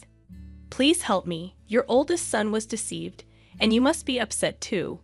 We need to unite as a family now," Aaron pleaded, taking her hands. Still, I couldn't bring myself to cooperate with Aaron, and my feelings were cooling even more. Seeing this, Nolan spoke up. "Sorry, but I can't support you, Aaron. You betrayed Dad too. We haven't forgotten that Aaron was one of those who abandoned Ryan. If he had supported Ryan, then maybe his loneliness would have been lessened." Thinking of this, I couldn't easily forgive Aaron. That was a different time. I was trying to spend time with my family, but they're not our family anymore. Despite our reluctance, we agreed to call Grace. Since the decision to do the DNA test, Grace had been taking Colton out often, rarely coming home. Grace didn't show her face even when Aaron contacted her, so I decided to contact her using Ryan's inheritance as a pretext. I wouldn't normally do this, nor did I want to, but I did because I have a secret plan, Nolan said soon after. The doorbell rang, and it seemed Grace and Colton had arrived. As I opened the door to let them in, Grace frowned at Aaron's jacket hanging next to the door. "You didn't tell me Aaron was here. Did you deceive me, Olivia?" Grace exclaimed, about to leave with Colton. If they left now, calling them under the guise of discussing the inheritance would be pointless. Just as I was wondering how to keep them, Nolan stepped forward. Wait, Grace, calm down. If you leave now, things might get worse. It's better to talk here where we can control Aaron than alone. It's in your best interest. Certainly, if Grace and Aaron were to talk alone, the outcome could be unpredictable. Aaron might even become violent in his anger. In such cases, probably only Nolan could restrain him. Convinced by Nolan's reasoning, Grace and her family entered the house. As they passed through the living room door, Aaron glared at them. In response, Nolan, urging calmness, said, "Settle down," and then seated everyone and served coffee. Grace and her family looked visibly uncomfortable, but we managed to calm the situation. At that time, I didn't understand why Nolan had chosen such a complicated approach. Why did he need to gather us all here? Wouldn't talking to them individually have worked? But later, thanks to a trump card Nolan revealed, it all became clear. I understood why he had gathered us in that place. The room fell silent, with both Aaron and Grace seeming to gauge each other's reactions. Unable to bear the tension, Grace suddenly apologized, saying, "I'm so sorry. I never intended for this to happen. I was deceived too." Grace, in tears, recounted her story. Her affair had begun over a decade ago with a colleague from her workplace. At the time, she had already been in a relationship with him before meeting Aaron. However, her lover was married with children. Grace claimed they drifted apart, and that's when she met Aaron. Aaron fell for her at first sight and passionately confessed his feelings. Grace, whose feelings for her lover were fading, started dating Aaron and eventually married him. About a year later, Grace reconnected with her distant lover. She hadn't expected to meet him again as she had quit her job by then. Their rekindled romance led to Grace becoming enthralled once more, and that's when she became pregnant with Colton. However, around the same time, her lover moved away with his family, effectively abandoning Grace. She knew it was wrong not to tell Aaron that Colton wasn't his child. But she didn't have the confidence to raise a child alone. So Grace lied that Colton was Aaron's child and continued that lie. If he hadn't left, I would have been honest about the affair and that Colton wasn't Aaron's child. It's all his fault. Grace continued crying. Colton was silent, shocked by the revelation. That doesn't excuse what you did. You betrayed me. You destroyed my happiness, Aaron retorted. Grace's excuses seemed incoherent, and even Aaron couldn't accept such explanations. The argument escalated into a fight, with Aaron and Grace grabbing each other. As if to admonish Aaron and Grace, Nolan clapped his hands, saying, "If you want to fight, go ahead. But I have something important to say too." Nolan's words immediately stopped their quarrel. The mention of the inheritance they were fixated on seemed enough to calm their anger. Seemingly agreeing to a truce, the two sat down. Seeing them seated, Nolan smiled with satisfaction and pulled out an envelope from his pocket. "This is Dad's will. He had it written by a trustworthy lawyer during his time in the hospital. It clearly states how the inheritance is to be divided. I was unaware of the existence of a will. Probably Ryan had directly asked Nolan to arrange for a lawyer." Nolan opened the envelope and began to read the contents of the letter inside. What he read was astonishing. The inheritance would be divided, with half going to my wife Olivia and 1/4 each to my son Nolan and my grandson Colton. The atmosphere changed dramatically as Nolan read this line. Aaron turned pale, exclaiming, "That can't be right." He lunged at Nolan, snatching the will and reading it, his eyes widening to their limits. "How can this be? Why is there nothing for me?" As the eldest son, Aaron had always assumed with certainty that he would receive a larger share of the inheritance. Yet hearing that he wasn't allocated even a small part, Aaron couldn't possibly accept it. Disheartened, he slumped to the ground, repeatedly reading the will, hoping for a different outcome. However, the content remained unchanged. Taking the will from Aaron, I reread it to confirm, and it seemed there was no mistake in what Nolan had read. Naturally, Aaron, you and your wife had received substantial support from Dad. Dad was well aware that all the money was being used for your frivolities. That's why he decided not to leave anything for you. Nolan spoke calmly. Ryan's secret trump card had indeed managed to plunge Aaron into despair. By the way, I've already informed your parents, as per Dad's instructions, that the portion of the inheritance going to Colton will be temporarily held by your parents. So it's better not to think you can misuse Colton's inheritance, Nolan continued. Aaron was left questioning how this could be. It seemed that Nolan and Ryan had carefully acted to prevent selfish wastage. In that case, surely the portion allocated to Colton would be used for his future. Ryan had been concerned about Colton until the end. The two issues that surrounded us, Grace's infidelity and Ryan's inheritance, were finally resolved. We no longer needed to devote time to Aaron and Grace. After the discussion, Aaron's family returned home, looking dejected. The next steps were for them to discuss among themselves. As expected, Aaron and Grace ended up divorcing. We who had heard Grace's confession that day became undeniable witnesses, and Aaron demanded substantial compensation from Grace. Further disputes arose over the custody of Colton, as both wanted sole custody, knowing that Colton would eventually secure the inheritance.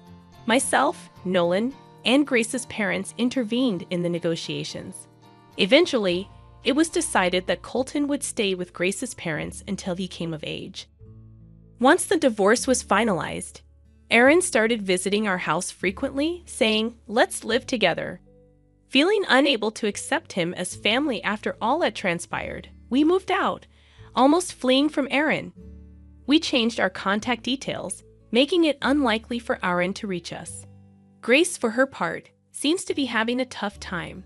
From what I've heard, her parents are furious over the incident.